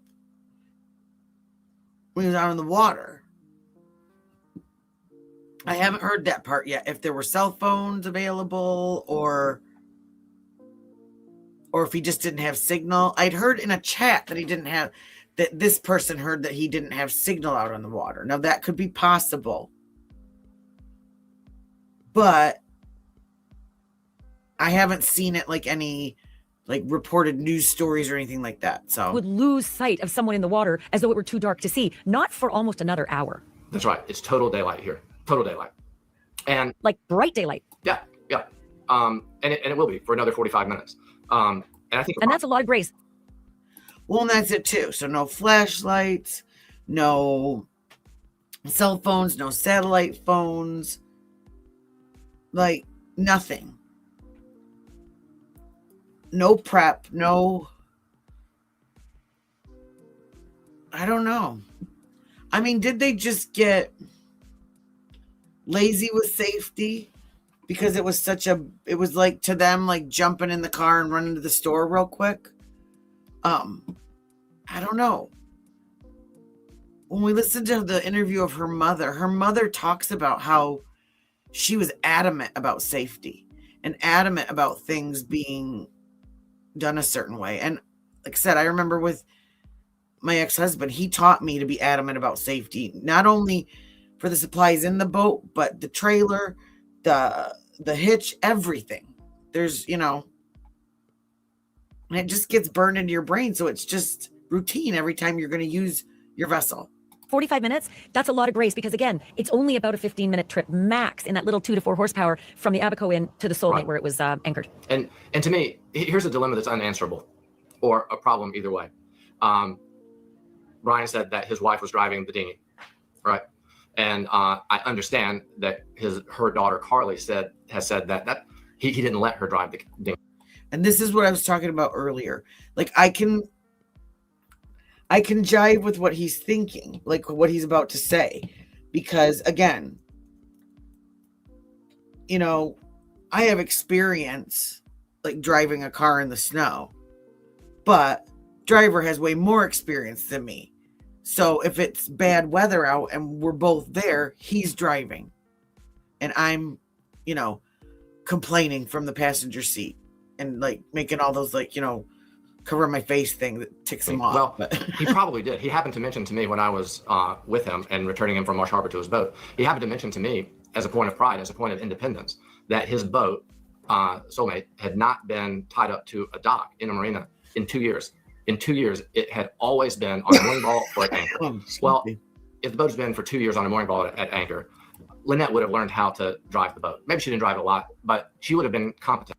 exactly. She's not gonna, and there were literally on their social media, there were videos of her or pictures of her sitting there, you know, and well, and that's what I'm wondering too. When was their last Coast Guard inspection?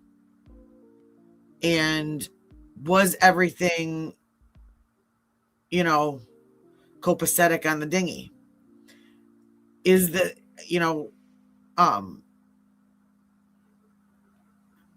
exactly. Well, to me, if you're living on that vessel, they're literally living on there. So even if he didn't sit down and teach her, just from sitting there watching and being a part of it all the time, she would know at least enough to get, you know, to get back and forth and, like I said, on calmer seas, you know, driving back and forth. Or maybe was he too wasted? Was that the fight? How many of us have been out with our men on a Saturday night and been like, babe, give me the keys? Right? Let's say this wasn't planned. Let's say this was just a big fight. Exactly. And maybe he did push her over and took off. And she went to go swim back either to shore, or maybe she did try to swim back to the boat. If it was a calm seas actually and daylight out, and she was known to be a good swimmer, and according to friends, that 1,000 yards would not have been a big deal for her to, I mean, she probably would have been tired by the time she got to the boat. But I just, you know, think about, I mean, we've all been there. Most of us have been there where, you know, give me the keys, and they don't want to do it, and they get all grumpy, and alcohol's involved, and it sounds like they were professional drinkers. So, you know, well, one of the things that they're saying, I'd watched another interview and they were talking that that it was actually very calm at that time, that there weren't big seas, and it's in the next interview with the daughter. At it. That's just the reality of being on a sailboat for 2 years. So now let's go back to that night at approximately 6:30 or 6:45 or 7 o'clock. Sure, typically men drive of a sailing couple. The man might be the one most common to drive the dinghy. But if a man were to pass the controls over to his wife, that would be an indication that the water was very safe, that it was daylight. Here's a good time. Here's a nice occasion for the wife to take the controls. And honestly, even when it's nice out, driver drives. He doesn't like it when I drive. He gets scared. And I get us where we need to be, and we don't hit anything. We stay between the lines. Everybody's good, you know? But I scared Molly too. But it's okay. Again, we got where we need to go. We didn't hit anyone, so... It can, yeah. Well, that's what I'm saying, that undertow under the wave, like people don't understand. I think people think when they hear like 2 to 3 foot waves, if that was the case, like, okay, 2 to 3 foot. But you've got, you know, the crest and the trough, but then underneath, you've got that undertow, that motion that's spinning and keeping and fueling that wave forward. And that can pull you under quickly.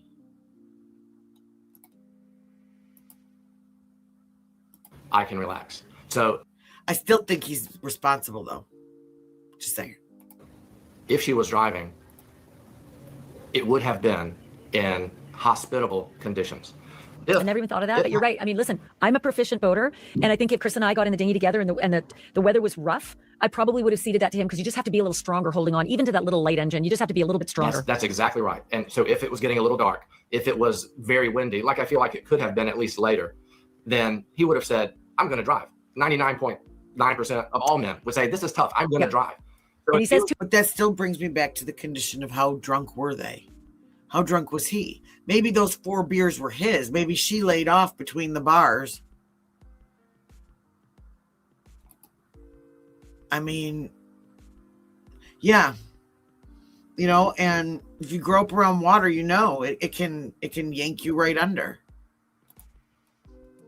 2 to 4 foot seas, Jim. He says 2 to 4 foot seas. In that, by the way, neither of them would have been driving in 2 to 4 foot seas in that little dinghy. But let's just say they got caught in 2 to 4 foot seas when they came out of White South Channel. I do believe you're right. I don't think that the weaker person, be it a man or a woman, would have been at the helm. I think the stronger U.S. Marine would have said, "Let me take over here. This could be Harry." Absolutely. Well, that's it. A Marine, okay? We all know a Marine. He's not letting his woman drive when it's you know, blowing and pitching and he was too. They grew up on they've lived Western Michigan for like 20 some years and on Lake Michigan.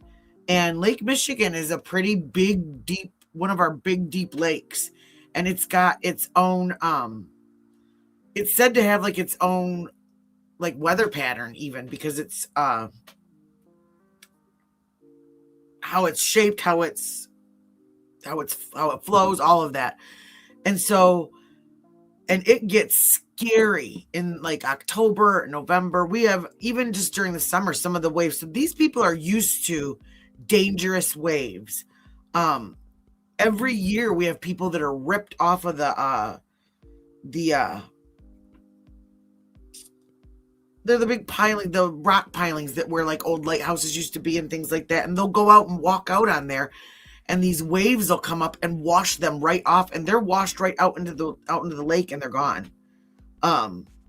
Yep. Lake Michigan is on the left side of Michigan, and then when you go up towards the top, you get to Lake Superior. That's the coldest, deepest lake. That is one where where a lot of the shipwrecks are, and they rarely recover people from those shipwrecks. Because the lake is so cold, people don't float up to the top. It's kind of creepy, but it's literally like a like water, like graveyard.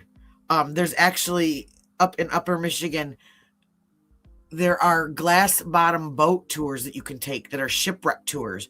Where you can go over all through like Whitefish Point and all of that over into by Canada.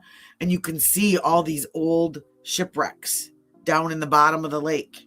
I think Lake Michigan is the one that has, I'm gonna have to look this up, but as a statue, it's a Jesus statue holding a cross and it's under it. Like the story is, I think it like fell off of a boat or something like that. It was some big like copper like sculpture, and so they left it there, and now it's like a religious like, you know, a religious like tourist spot. So I would go so far as to say, no way in bad weather would he not be at the controls. And if There's another. the assertion that she was at the controls means that the weather was nice, and then to me that's sort of the dilemma question. If she was at the control in nice weather and she goes overboard, he can see her. There's none of the mitigating circumstance of dark as ink, high waves, lose sight of her quickly. All of those things that sort of make sense. They don't exist. Yep, debunked instantly, right? That's, you know, that's what we were saying earlier, Rhonda, is like, this is going to be so hard to find her. And that Moms for Justice was saying, even if he did this on purpose, let's say he had 8 hours 8 hours to take a 4-hour trip. How do we know he wasn't buzzing around with his motor and then took the key out and dropped it somewhere? You know? He could have taken her out to the Atlantic Ocean, dumped her, and then on the way back, flung the float and the dry bag out somewhere so that it would be found in the area that he said this accident happened.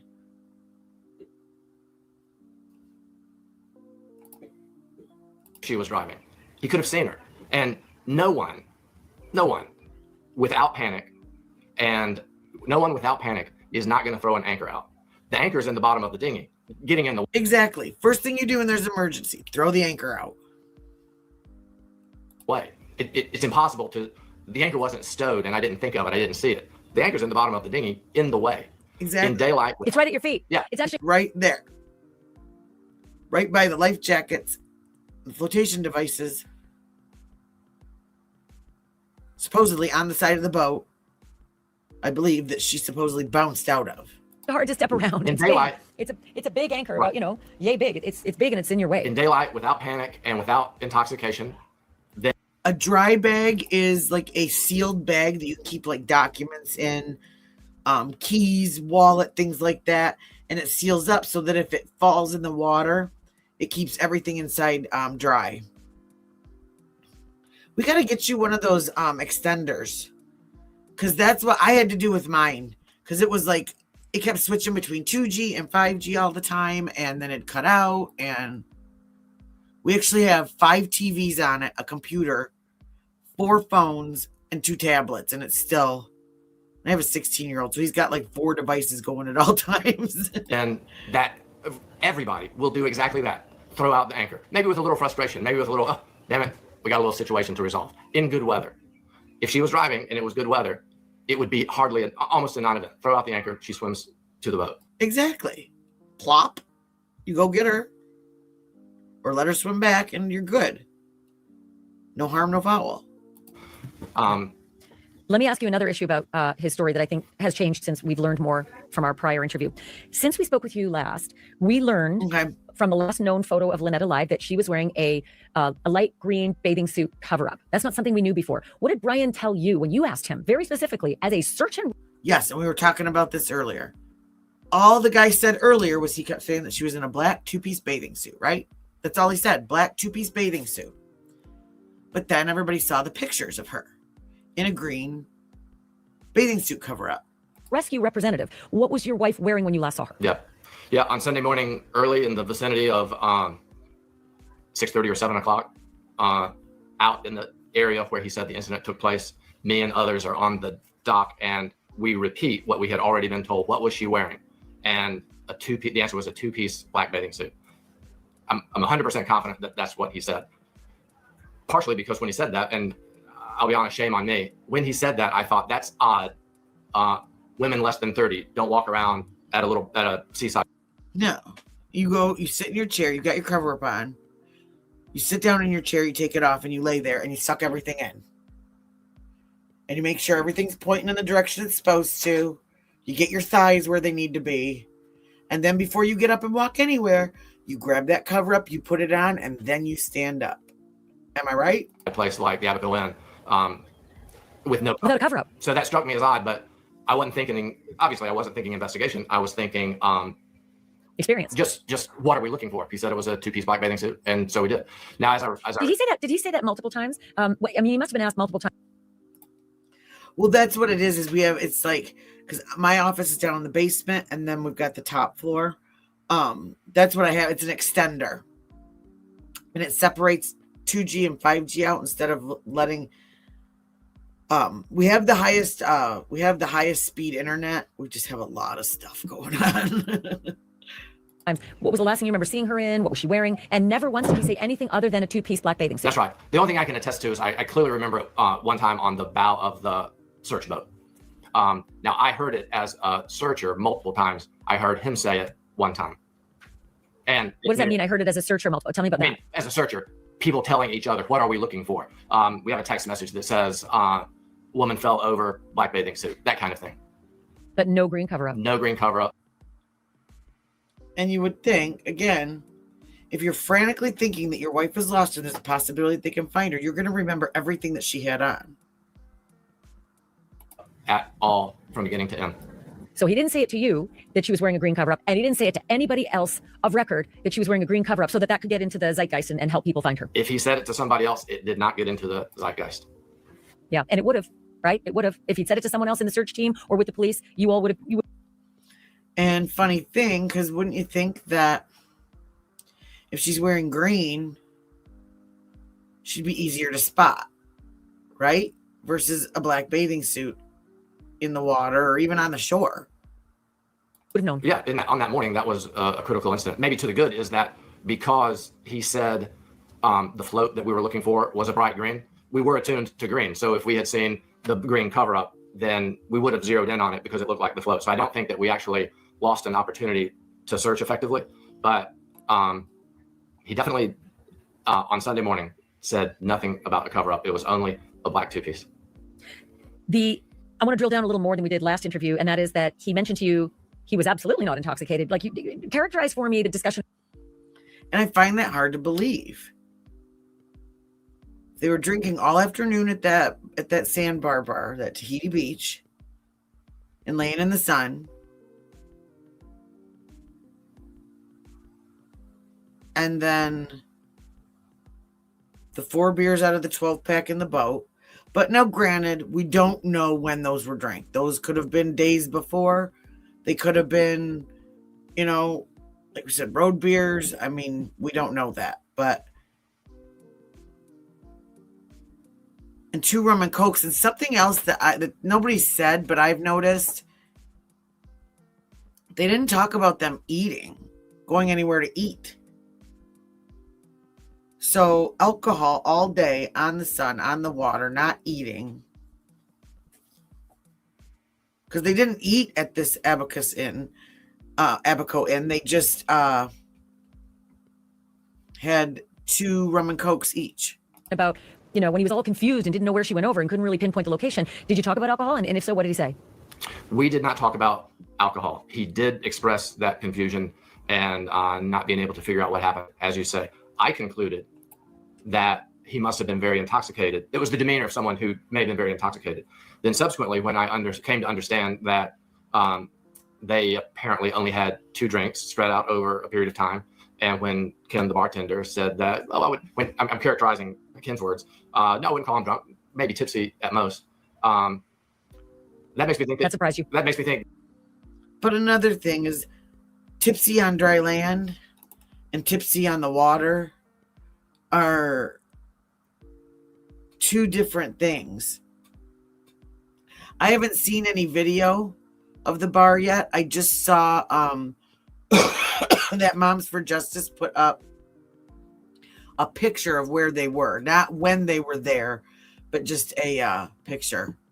It's sad because she just must have been, no matter what happened or why, she must have been so scared. That, okay, he was sober and functional, and anybody in that boat would have been able to perform effectively. For example, we found out another important point to me was that you told me that there were 2 life jackets in the boat. Well, in the bottom of the dinghy. In the bottom of the dinghy. He would know that. They know that there's 2 life jackets there in good weather, or really bad, but in good weather. Exactly. They weren't wearing them, but he could throw it out. He could have put it on and gone and jumped in and grabbed her. Whether something happens, he threw this green cushion that's so flat it would have sailed like a sheet of paper.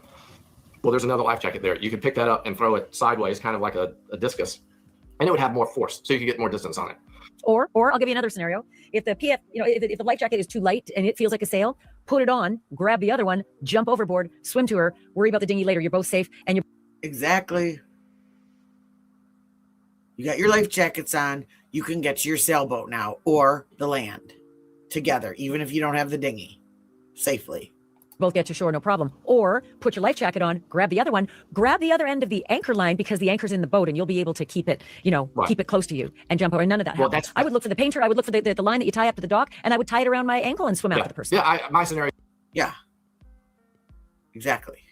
It was slightly different, but what you described is exactly right. You throw it, if the green thing was close at hand, you throw that. You would immediately see that it flew into the air and didn't do anything. Yep. You grab the second one, throw it like a discus. You would have gotten some distance. If that's Ooh, that's a good point too. That green thing, if it was that windy and there were that high of waves, it probably wouldn't have gone very far at all if you threw it out. Well, and it sounds like they were heavy drinkers. So they drank a lot. So he may not have like felt drunk, but like his blood alcohol level, that's what I'm wondering too, if they tested his blood alcohol level to see.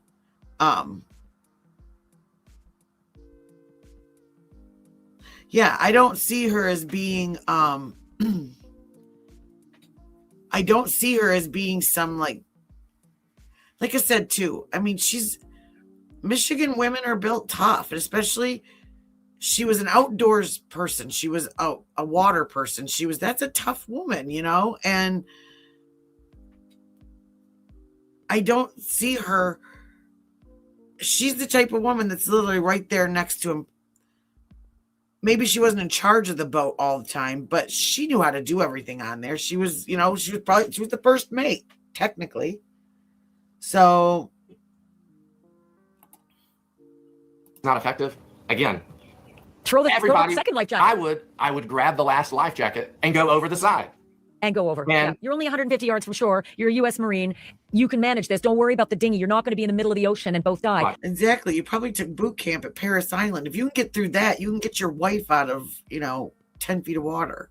You're going to get her, pull her to shore, and then hopefully the next morning flag someone down and say, help us and let's find our Right. dinghy. It's probably And over that's on, the problem. Lovers. Yeah, that's the problem with she was driving. And so it must have been reasonably good weather where you could see. And so they could see each other. And so worst case, grab the last life jacket and go over the side because you're only 10 feet apart. So I can't explain it either, but I'm glad that we have been able to have this second interview since our first, because I am too. I was glad when I was watching this morning, because when he came back in and said this, it was like that changed everything. And that's it. So you'd think as soon as this happens, if they were like regular drinkers, if they did only drink that small bit, again, over 2 hours, but I still keep saying they didn't eat. They were just drinking. And she wasn't, she wasn't a real big woman. So, and he's he's tall, but he seemed kind of slim, but I just keep thinking alcohol may not have. If I had drank that much, I probably would have been out of it a lot more than he was. So for him not to think about these things and not to be able to remember this stuff, it's, like Canvas said, most people, when there's an emergency happens or something like that, you're instantly like, boom, if you've been in a car wreck, if you've been, somebody's gotten hurt or something like that. And no. Well, and that's it. That what was it? The New York Post article was that New York Post, or was that the Detroit? Oh, it was the Detroit News that was talking about the fact that they were investigating, that they let him go, but they were still investigating because something's not right. Well, and we still don't know if they found anything on the boat, because he was arrested. And now see, again, it's Bahamas. So they may have different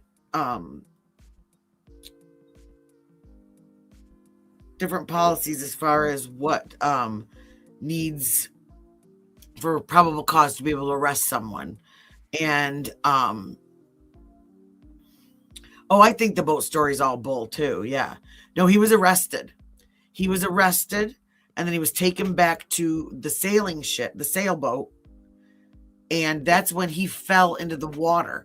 He went on there with a couple of police officers and his lawyer. and they were on the boat for about an hour, but he was in handcuffs the whole time. And he was there getting an extra change of clothes. And when he was getting back off of his boat, getting back onto the police boat, he was handcuffed and had the clothes in his hand, and he fell into the water, and they had to save him. Yeah, and his lawyer. Yeah, exactly. Exactly. His lawyer.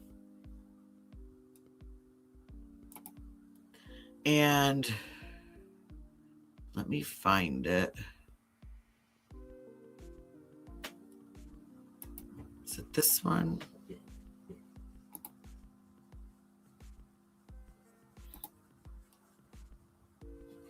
Here, let's do, this is,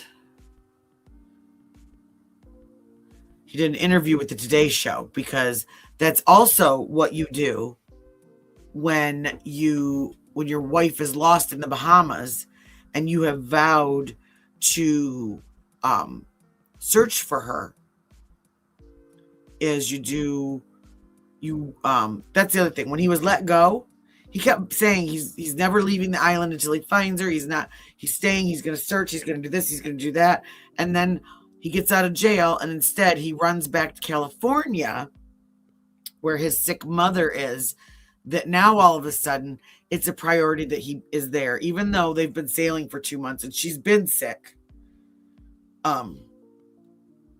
He needs to go now when his wife is missing. Explicitly ask you if you hurt your wife? Of course. What did you say to them? And just watch. I'm going to play this regular speed because just I watch. said I've never harmed Lynette, and I never would harm Lynette, and I want to find Lynette. This morning, we're finally hearing from Brian Hooker about that tragic boat ride. And there they are. And look which way the handle's pointing. And look who's sitting on the cushion. And I wonder if that's a beer. So there's the dry bag right there. See that? Right there's the dry bag. Wife's disappearance and the agonizing days since she allegedly vanished in the waters off the Bahamas. I don't think I've ever been apart from her in 25 years for this long. Brian Hooker says Now, the behavior expert video that I watched, she said that coughing is a sign of, I think she said it was like a sign of like stress. Like when you know you're not telling the truth. Lynette accidentally fell from the couple's boat in rough conditions 11 days ago. But with his lawyer looking on, he would not go into great detail about the active investigation. I believe it's like they're around like late 50s. I think she's 59, if I'm correct. To his wife's disappearance. If there's anything you can share about Easter weekend that you remember. I cannot share anything. As you can imagine, things are chaos and hectic, and I welcome any attention, anything that helps me. And I wonder why he can't share anything. See, now we're at again where someone's missing. And the family members that you think should be one of the first people to be talking about this and getting this out there can't say anything. Further my goal of finding Lynette. Brian Hooker has not been charged with any 55? crime. Okay. And police released him late Monday. Any response? Anything to say? But here in the Bahamas, the country's top cop tells me investigators do not trust Hooker's story. Police still look at you as a suspect. Why do you think that is? I think some of it is probably the media attention. Okay. They think he's a suspect because of the media attention. But he was arrested before the media knew about this. So that doesn't make sense to me either. Which is understandable. My time with the Bahamian police was a small part of hell than a bigger part of hell that I'm really in right now.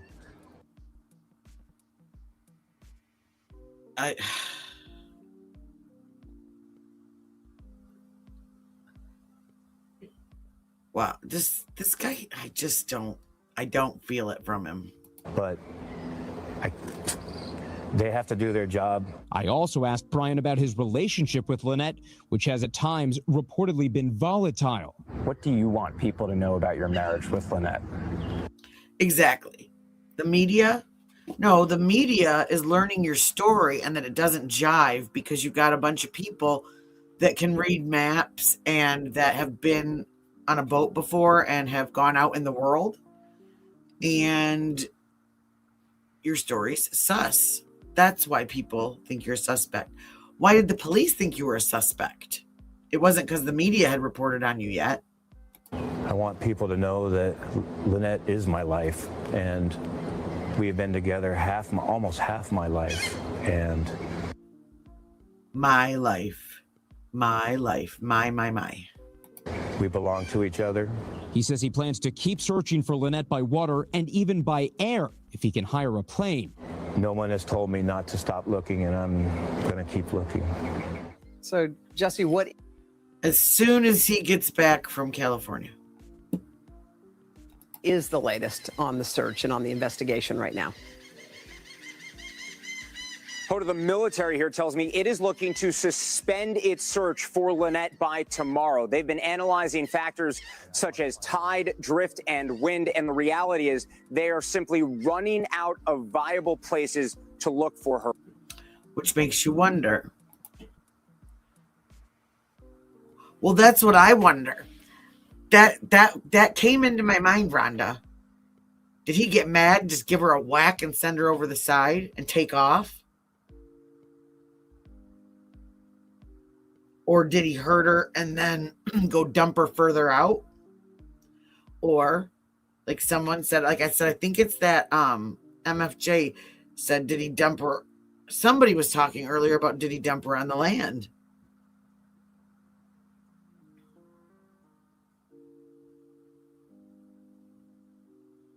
Yeah.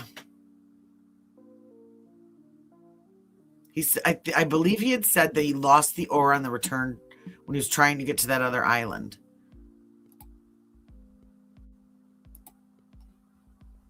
This is her mother.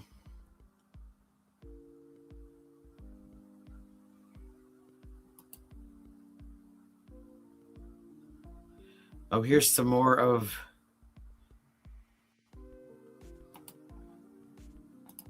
I will always think there was something I could have done differently. My one job was to look out for her, and that has not happened. And I'm gonna. And this is where I kind of feel like, is that guilt? Like guilt because he did something. Keep looking out for her now, as best I can. The husband of missing American woman Lynette Hooker speaking out after he was detained in the Bahamas for 5 days in connection with her disappearance. What was it like being in police custody, knowing that the search was still ongoing for you? It was hell. It was a different chapter of hell and a giant hell that I'm in. You're still in it? Yes, I don't have a wife.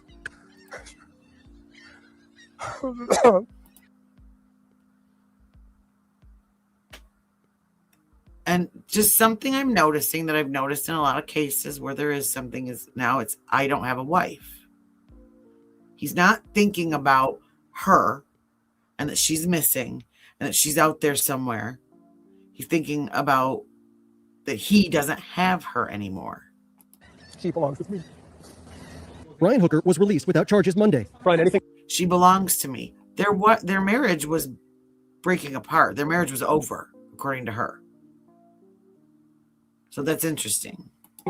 Today, Brian's lawyer saying he's now left the Bahamas, reportedly because his mother is very ill. I spoke with Brian the day before he left the country. Family and friends have spoken about your relationship with Lynette. We've seen.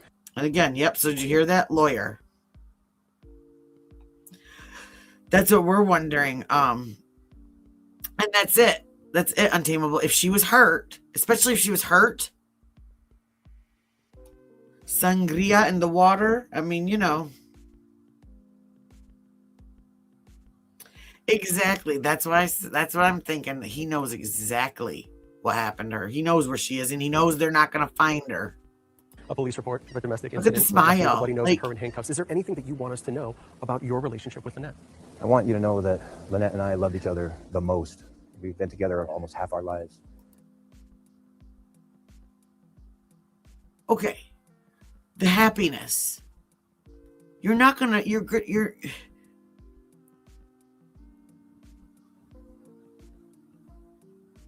I don't know. You're not gonna be smiling about the happiness. Like, does that make sense? You're not gonna be. No, he doesn't look at the person. You're right. You're right. My sole focus is finding Lynette. He had such a Brian happy, says on April pleasant 4th, he and his face. wife had drinks at this inn, later departing from this dock. Brian, in his own words, describing the moment, he says she fell from a boat due to bad weather in the Bahamas and was swept away. Which we find out happened an hour earlier than he said, and it wasn't bad out then. The wind blew us apart so fast that I think she tried to swim back to the sailboat, to back to our sailboat, which was. So see, back to the sailboat. Why would she try, unless she was trying to get away from him, swim back to the sailboat 1,000 yards away in choppy, huge waves? Probably, I don't know. She would have been fighting against the waves and fighting against the current if she was doing that too. Yards or something. But the waves were 3 foot. In a phone call to a friend made the day before he was arrested, Brian Hooker saying he tried to rescue her. I threw her a flotation cushion that we used to sit on the dinghy, right after she went in. But I couldn't tell if she got it or not. But she swept away from you almost instantly. I'm never gonna forget myself. Brian Hooker says that he went from Elbow Keys to Marsh Harbor. Now, law enforcement says that it should have taken him about 20 minutes considering the distance and the weather at the time, but it took him 8 hours. Yeah. So there's that. So what was he doing for 8 hours? Which raises the question, what happened in all that time? Brian says that he had no key to the boat because it had fallen into the water along with his wife, but police taking Brian into custody 4 days later and questioning him about the night of Lynette's disappearance. The 59-year-old maintaining his innocence. He says before losing sight of his wife, he threw a life preserver to her, but that she was swept away by the strong... Not a life preserver, a cushion. Like Palm Queen says, like one of those like foam like belly board float things. current. There is no evidence that she is dead. Their main focus seemed to be looking at him as a suspect. And he feels that they should be out there looking, trying to find his wife. Lynette's daughter, Carly, previously telling ABC News, well, then why isn't he out there looking for his wife? She had doubts about Brian's account. She's a good swimmer. She's pretty fit, and I don't feel like she would just fall off a boat. Also saying there was turmoil in the relationship. They were in like the healthiest relationship at the end. Lynette's mother. And in another interview, she had said that they had been really drinking a lot again. And again, the text message saying, 25 years together, we've been through all this, and 2 months on a boat, and our marriage is over. Darlene Hamlet says that she is suspicious of her son-in-law's story and calling for a full investigation. She was a safety nut in water, wore her life jackets, and was very careful and respectful. She watched the weather station And see, this is her mother speaking. religiously. And to her to get on this dinghy and fall off and not be able to swim back to it? Lynette and Brian Hooker have been married for 25 years and lived off the grid. In 2020, Brian and Lynette sold their house and all of their possessions. And their dream. And I keep thinking of that too. They lived on this boat. And you know, like I love it when driver has a vacation, has like a week off. But at the end of that week, we are both ready for him to go back to work. Because it's hard being around your significant other all the time, you know? I mean, oh yeah, her daughter's beautiful too. So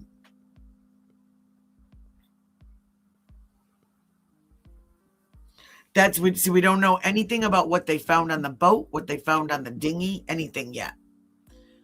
Just some of the pictures that showed that there was that the anchor was right there, the life jackets were right there, the the tie-off lines, like it doesn't make sense. Was to get a boat. They live quite an interesting lifestyle, living on a boat, getting rid of everything you ever had. Their Instagram grid full of photos and videos documenting the sailing hookers' picture-perfect adventures at sea. but Darlene describes their relationship as volatile. It's been a very turbulent relationship. They had very highs and very lows. Documents obtained by ABC affiliate WZZ. And this is what they're talking about. So, warrant obtained, arrested on child abuse, 4th charge, no contact with victim, notified CPC of additional children, pretrial date. So this is state of Michigan, Kent County. CA, 4th degree, did cause physical harm to redacted a child by placed both hands around neck and choked her, contrary to misdemeanor 1 year. So, and this is him. This is what I was talking about earlier. There is a charge against him, and I believe, this is when he had the child up against the wall and said, you call me sir. And I believe he was allegedly drinking at that time. So this shows that when both of them are under the influence of alcohol, things can get volcanic almost. Describe a 2005 domestic incident involving Hooker and his young daughter at the time, in which he was accused of putting his hands around her neck, a jury later acquitting him. ABC News also obtaining a 2015. Exactly. Mamas are always right. Police report detailing an alleged domestic incident between the couple, both accusing each other of assault. Police noting that Brian had a bloody nose. Okay, so 2015. That was the last date, I believe. Lynette into custody, but ultimately neither facing charges. Past instances of domestic violence or abuse, any altercation, argument prior to this incident could be the building blocks of a case moving forward. Without the foundation of any evidence to show that. And there can be big breaks, and we don't know. I mean, these two literally were on a boat together. And before that, I don't know how long, if her daughter lived with her or not, but her daughter's older. She's not a teenager. She's not a young, so she may not have been around, or people may not have been around to see things escalating. Or if it was happening on the boat, they're out on the boat. Nobody else is going to see or know. So this could have been an ongoing problem, but it just wasn't reported. I mean, look at what we're seeing with the whole Magnolia situation. That was reported now to have gone on for years. Brian Hooker killed Lynette. Those building blocks will just fall by the wayside. That's what made me think about him getting mad and leaving her out in the water, was the whole Magnolia thing where she was left at the hotel. Brian says his sole focus is still to find his wife. Any message to those who doubt your account of the story? I have no message to those who doubt me at all, ever. I'm going to keep doing what I need to do to find my wife. I have no message to those who doubt me. I mean, he's just so cool and calm and chill. She belongs with me. We belong with each other. She belongs with me. Again, she belongs. He said that multiple times, and that's bothering me. Our thanks to Victor. We will, of course, continue to follow the story as it unfolds. That's what I wonder. Are you telling me That's what I wonder if... That's what we watched. Is that the one we watched already? Here we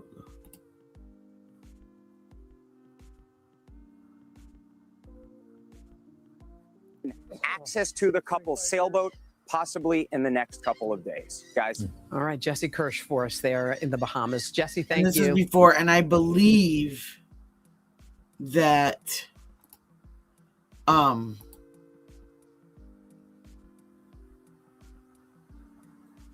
it was like 3 days on like day 3 or 4.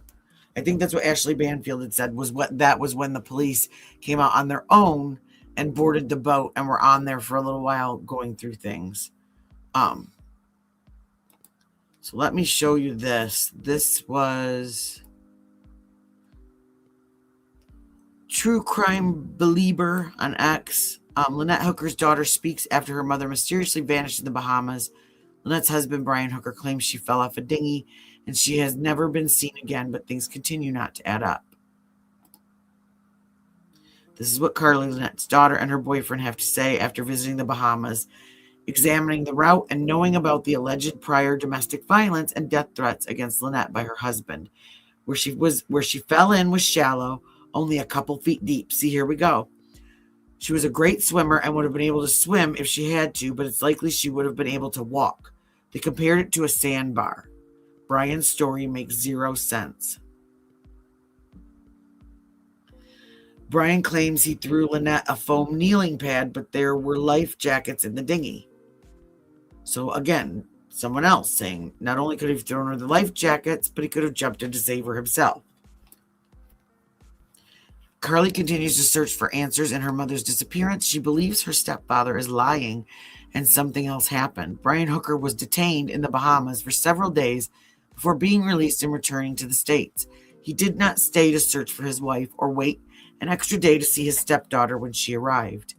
This was my first time watching Surviving the Survivor podcast, and I'm really upset I didn't find it sooner. Oh, yes, this is Surviving the Survivor. This guy, I like watching him. What is true is he did wash up on the Marsh Harbor, but Now, this is the daughter and her husband.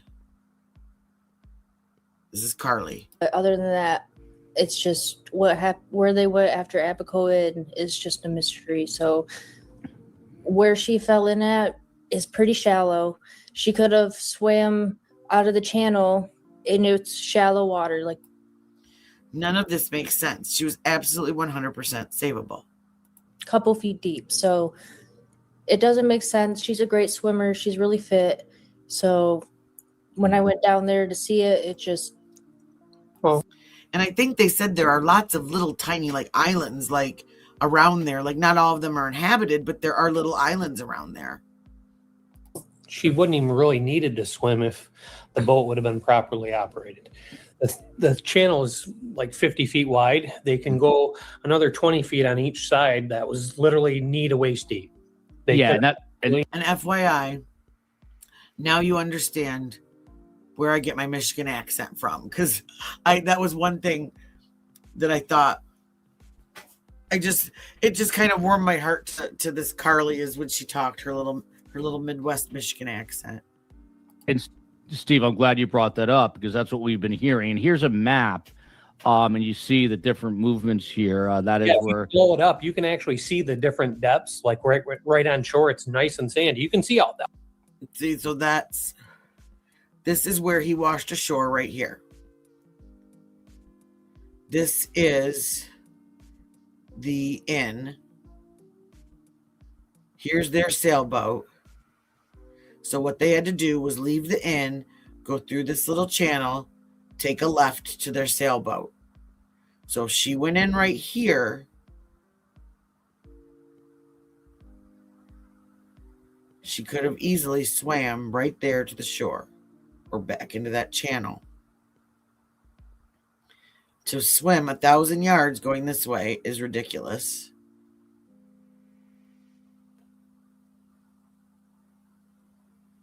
And yeah, I don't understand this whole route all the way across.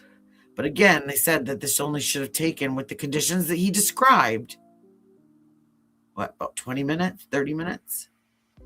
But it took him 8 hours. And you can get where you need to go with one oar. All that white is all sand. It's like a giant sandbar. Yeah. So there, this is all sand. All of this. And then the boat and the moorings are right here where it's deeper. That makes sense.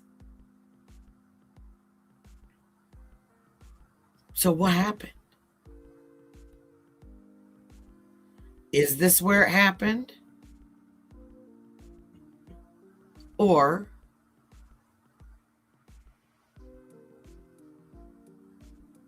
I believe it's this way. This is the other channel in the wash that goes out to the Atlantic Ocean? Would he be able to do that and then float back this way? No, go ahead. So you two, just so the audience knows, you two went out there. Steve, how long were you out there for? What was kind of the mission of this trip? We wanted to go just walk their path or do their path from that day that she ended up missing. And it starts, they were anchored where it does basically say, well, it's not yacht docked here. It's not, it's anchored. Docked is at a dock. They anchor it because that's safe harbor. I don't know if that was on my video or not. I don't know what that is. So when it gets windy on the east side of the island, that's the Atlantic side. You get some 5 to 10 foot waves out there. But between the islands there, between Marsh Harbor and Hope Island, that's why they anchor a lot there. That's why they do it between, what is it, Lubbers Quarters or whatever it's called? Yeah. And right here, Lubbers Quarters is that piece of land right there. And you can see there's another sandbar and even more all throughout here. Safe harbor right there. That's where they all anchor at. So he literally could have just gotten out of the boat. And there's a reason they anchor there. It's because it's the leeward side of the island and it's safe. It's safe harbor. Yeah. And Steve, just since you seem to have quite a bit of knowledge about. Yeah, because out here is the ocean. This is all protected in here. This, according to Brian, he then paddled or somehow maneuvered. If they both, lost control and Lynette went overboard here, I mean, it seems like your mother, should have Carly, should have just swam right back, right? I mean, she was, but it makes no sense with a woman that's as strong a swimmer as you say she is, to try to go in the opposite direction, and even for Brian to end up. It doesn't make sense. These are two fit people at Marsh Harbor. Does any of that make sense to you, Steve? And then Carly, I'll bounce back to you. No, his story is just, it gets worse and worse and worse. Why would you swim across? See the green thing Brian's sitting on in this picture? That's what he threw to. Yeah, right there. Right under his butt. To his wife. And there's the dry bag on the floor, on the ground, on the bottom of the boat. When the boat washes up on shore with him in it at 4 in the frickin' morning, there's 2 life jackets in the bottom of the boat. So instead of throwing him a life jacket, hey, let's throw our foam kneeling pad. And right here, behind her leg, is the anchor. This is a Marine for you. Hey, let's get it done. Carly, did he have? So that's just a little clip of that. But well, and see, that's what I'm wondering. Did they have? And it's electric, and that's the thing. Like, there, do you see where that red thing is right there? And that long string? That's the string that's attached to the key. And then behind her leg right here is the anchor. And there's the dry bag.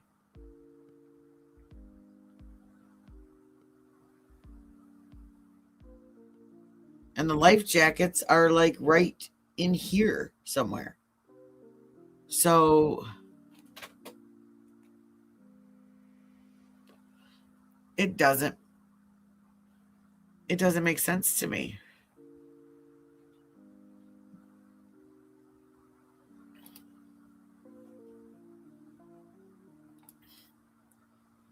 But I thought that was interesting. Let's see, makes a tearful discovery. Let's read this New York Post.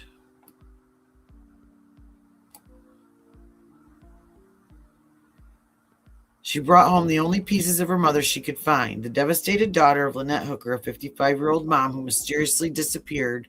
Oh, here. From a boat in the Bahamas 2 weeks ago, went to the island searching for answers,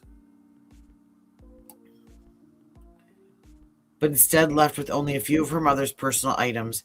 I went and got some of her belongings, like a headband. I got her L necklace that she used to always wear.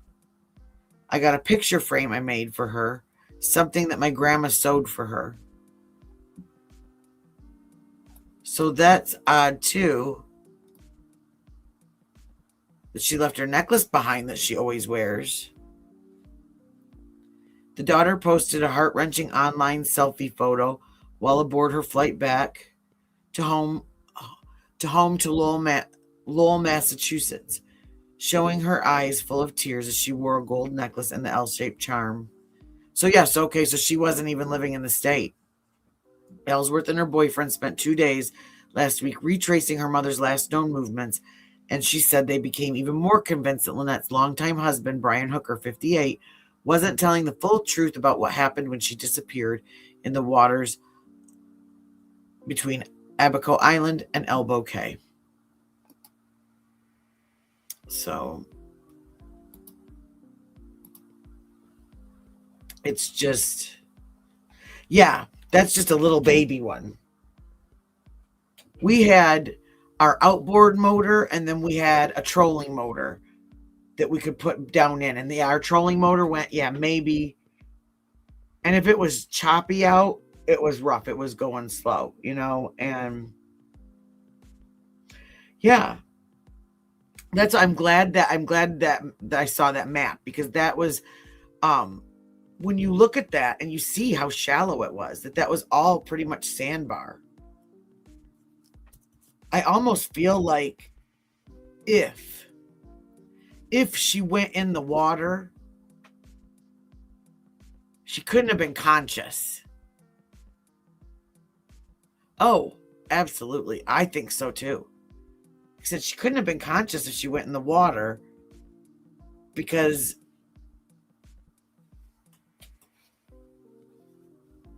she would have been able to save herself. Especially at that time in the evening. No, exactly. It's not. But if he happened to have been out there and noticed that it got choppy around 7:30, 8 o'clock, and he did something to her between that hour when he was going to take her somewhere, to put her somewhere, dump her, then there's a story that it happened between 7:30 and 8,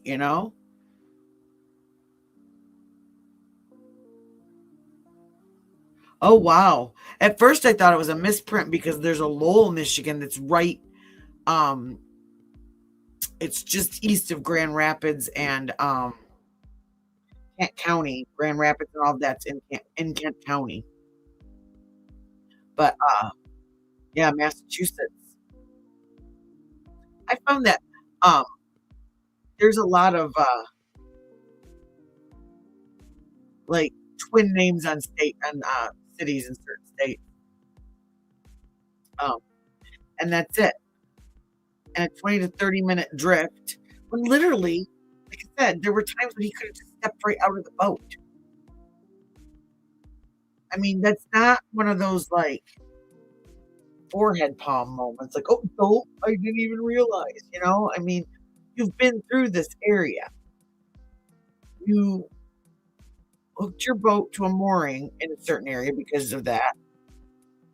If you're literally someone who is living on a sailboat, sailing across the world for your life's journey, you're gonna have maps of the water and of the sea. You're gonna have equipment on there that shows you what the bottom's like, so that when you went through there with your sailboat, you would know there were sandbars all through there. That's why you can't bring your sailboat through there. Yeah, that's what I think. She's buried somewhere. Because he would have had enough time. And maybe that, we only know that the key is gone because he said that she pulled it out as she was falling out of the boat. So she pulls the key out and she grabs the wet bag that's down in front of the motor. Both things would have been quickly out of her reach as she got bounced and bopped out of the boat, right?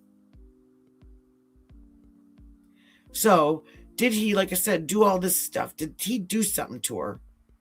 Like I think Rhonda said, like maybe he whacked her with the oar. Maybe he got mad about something. And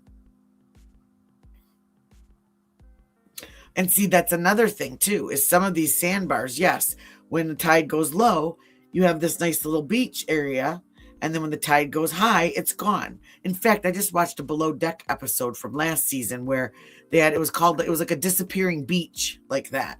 And they had to get their guests in by a certain time and out by a certain time, or else the boat was going to get beached and they weren't going to be able to bring back their tender with all the equipment and all the staff. And think about how easy it is to dig in sand. It wouldn't be hard. And yeah. Well, I watched, and I'll find that again, and we can watch it tomorrow. It was an interview of someone that lived there. He was some kind of water expert, and he talked about it being absolutely serene through there at that time. And that that later on, yes, it got worse.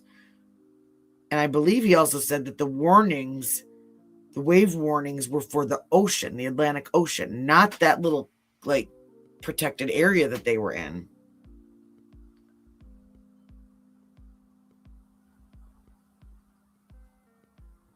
Well, and see, that's what I wonder about this too, Rhonda.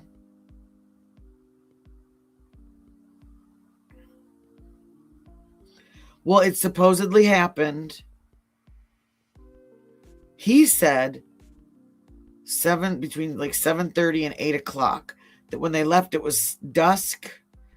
And by the time they got where they were going, it was dark. So like 7:45 to like 8 o'clock is what he said. But there's an interview with his daughter, or a statement from his daughter, where she had watched when she's here, had watched security footage. I believe it was from the Abaco Inn that showed them leaving at 6:38. That's when they were leaving on their dinghy to go out and head to the left or west, I believe it was, towards the sailboat that was over by that Lubbers Island or whatever.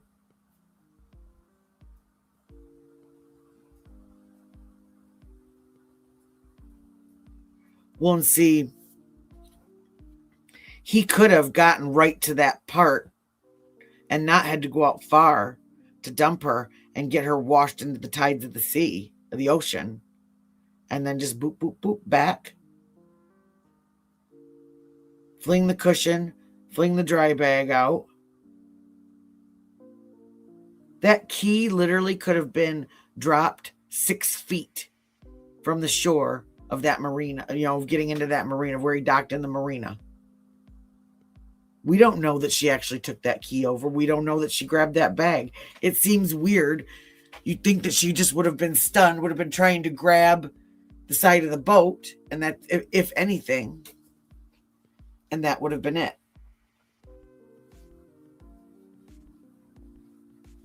Yeah, and it was also, there was no moon out that night. So, again, if you live on the water and you grew up on the water, you know that, the moon, different stages of the moon create different, tide patterns. And it was said to be just a moonless, calm night that night, is what this other expert, I think it was Brian Enton.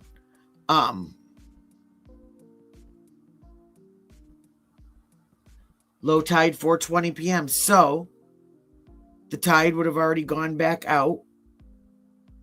It shouldn't have been that much. That if it takes that long, if we have the high tide and the low tide, that's what? 4, let's see. Like 5 hours difference.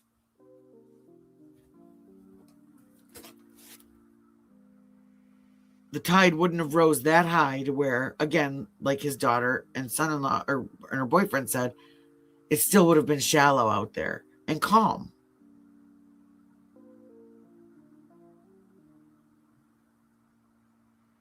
And 3 feet,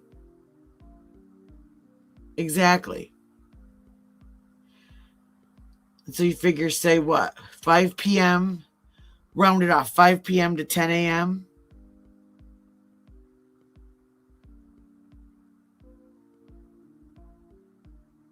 so that tide is rising very, very slowly. Exactly. Still shallow. And yeah. And he would have come in kind of right in the middle when he went, because it was 4 a.m. at the marina.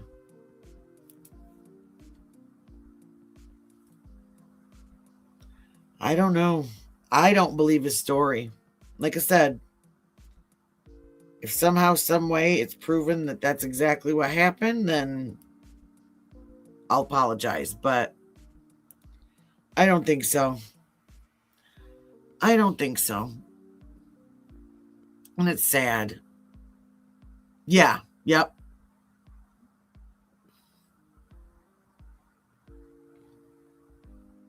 Ouch. His story does not make sense whatsoever. And I hope they find this lady. And I hope whatever happens that... But this is another one where literally he may get off scot-free, because at this point, unless they find something on the boat, in the dinghy... I mean, I would think if they did after they searched, that they would have been able to hold him. And exactly. They were right over one of the sandbars where he supposedly... And even if they were in deeper water at that point, there was a sandbar right there that she could have easily swam to and stood right up. Because they showed in the afternoon hours that at that bar, and that was at that Tahiti beach, which is on that, is it west of where their vessel was moored in? I can't remember, but it was like shin deep, like mid shin deep water at the sandbar bar. Exactly. And it was, and you saw in that interview with Ashley Banfield that it was bright daylight out. You know, it's just like here at 6:30 p.m. in the summer, it's bright daylight. There's no, it doesn't get dark until like 9:30, 10 o'clock at night in midsummer. And their darkness was like 8 o'clock. I remember Ashley saying that there really wasn't much, you know, wiggle room, that at 7:45 it was dusk, 8 o'clock it was pitch dark out. But he had that hour of daylight. Okay. I will download that and I'll do that.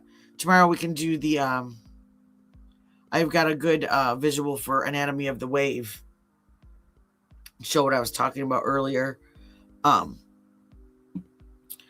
on that note, it is 1:45 in the morning, and I took an Excedrin because I had a headache, and now I'm like awake, but I need to try and like lay down and get my brain to like chill because I got to get up early with the teenager. But I want to thank everybody. If you're new here, please do me a favor and hit the subscribe button. I'm trying to grow my channel, and I am the Timu version of Bailey Sarian. So We talk true crime. We do nails. We try to beautify ourselves, make ourselves feel good, all that fun stuff. So, you're very welcome. Thank you guys. And everybody that's new here, I appreciate you so much. Do me another favor, hit that thumbs up button and the notification button so that you know when I'm live next time and you can come hang out. It'll probably be, if I'm not able to swing a daytime shift tomorrow, it'll probably be hopefully earlier. But yeah, so but it will be evening time. And we'll go over some more of this stuff, and yikes, hopefully something turns in this case. And thank you, Truth. Thank you so much. Yep, everybody's welcome. Everybody's opinion's welcome. It takes a lot. It is. We do. Like, I'm telling you, I feel like spoiled because we really don't have, like, everybody that comes in here is always cool. And seriously, like, everybody that comes in here is from every single different, like, area of YouTube, you know? But we all cool in here, right? We got the good snacks. We got the good chat.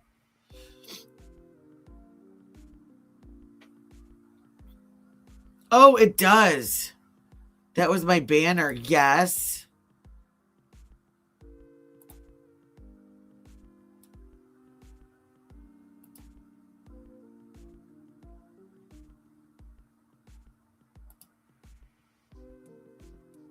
There we go.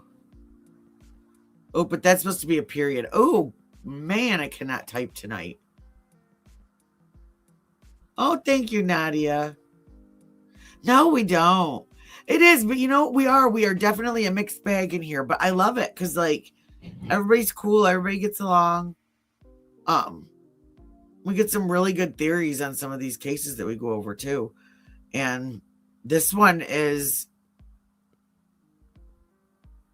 it's a mind blaster for sure. It's like some of the stuff that he's saying, it's just wild. That, like, do you really think we're gonna believe that? Like, come on, like, did that? And just the tomorrow, that's another thing I'll show, is his, when he's being released. One of the reporters asked him something about being charged or being, like, let free, and he kind of, like, smirked at him. And I thought, you know, this is really the last, definitely not one of the moments you want to be arrogant, you know. And I don't know, he keeps saying, she belongs with me. She belongs to me. I've never been without her. I this, I that. It's not a lot about finding her. It's more about him not having her. And that just, you know, things like that. I know I'm misanalytical, but stuff like that sticks with me. So yeah, it definitely is. So I hope you guys all stick around while this plays out, and we will keep up on all of our other stuff that we're watching. You know, we're watching the stuff with the Preciado family that whose son took the life of Savannah Soto and Matthew Guerra. Was it week before Christmas in San Antonio? We have the JLR stuff that's going on. April 28th, he's supposed to be in court for the public disturbance, I think was what it was. And then what else do we have? Well, Nancy Guthrie. You know, we talked the other day that they sent that hair sample that they found originally. That's going off to the FBI lab. And I read somewhere that it was going to the lab that was it one of the labs that did the touch DNA for the Idaho 4 case, or I can't remember now. Maybe I'll have to find that too. But it was a famous case that was pretty recent that this lab that they were going to send it to had really good qualifications to do this. So yeah, Untamable. He just seems very domineering, very. I mean, when you have that kind of personality where you're slamming somebody up against a wall, a child up against a wall and hurting them, like, and that you better call me sir. That's, I imagine that's a hard way. People that feel that kind of, that they're owed that kind of respect aren't often easy to change, you know? Does that make sense? So, alrighty. Well, on that note, I am going to go get my PJs on and, oh my gosh. And see, that's it. All of this stuff happened in front of the kids. I remember you saying that, Untamable. Yeah. And you know, when you're the adult and that's happening, you're double terrified because you're terrified for yourself and for the children. And then the children are just absolutely devastated. I mean, and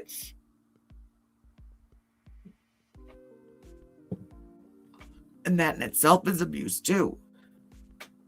And it's just, I just wonder if more is going to come out about just what they endured, what she endured, what, you know, oh, that's so sad, Untamable. But thank goodness that they were brave enough to do that. You know, that would be so hard for a little kid to do, I imagine. Yeah, you're welcome. Thank you guys for a great live. I love the questions. I love you guys we have such great conversations in here. We really do. So, alrighty. Well, I will be back, like I said, hopefully tomorrow, as long as the creek don't rise, I will be back and we'll discuss some more of this. And hopefully more will come out and in any of our cases that we're watching right now. So, and see, that's it. Sometimes, sadly, those are lessons that they learn in a horrible way. So, alrighty, guys. And remember, if you're a fan of Molly's, she's not going to be on YouTube anymore, but she is on Rumble and Kick, and she's Molly Golightly, so you can find her over there. And I think you can set on Rumble, at least you can set it so that your emails notify you when she goes live. So all right. On that note, I am going to head to bed. You guys have a great night. Sweet dreams. Have a great morning. Peace, love, and claws, y'all. Good night. Thank you.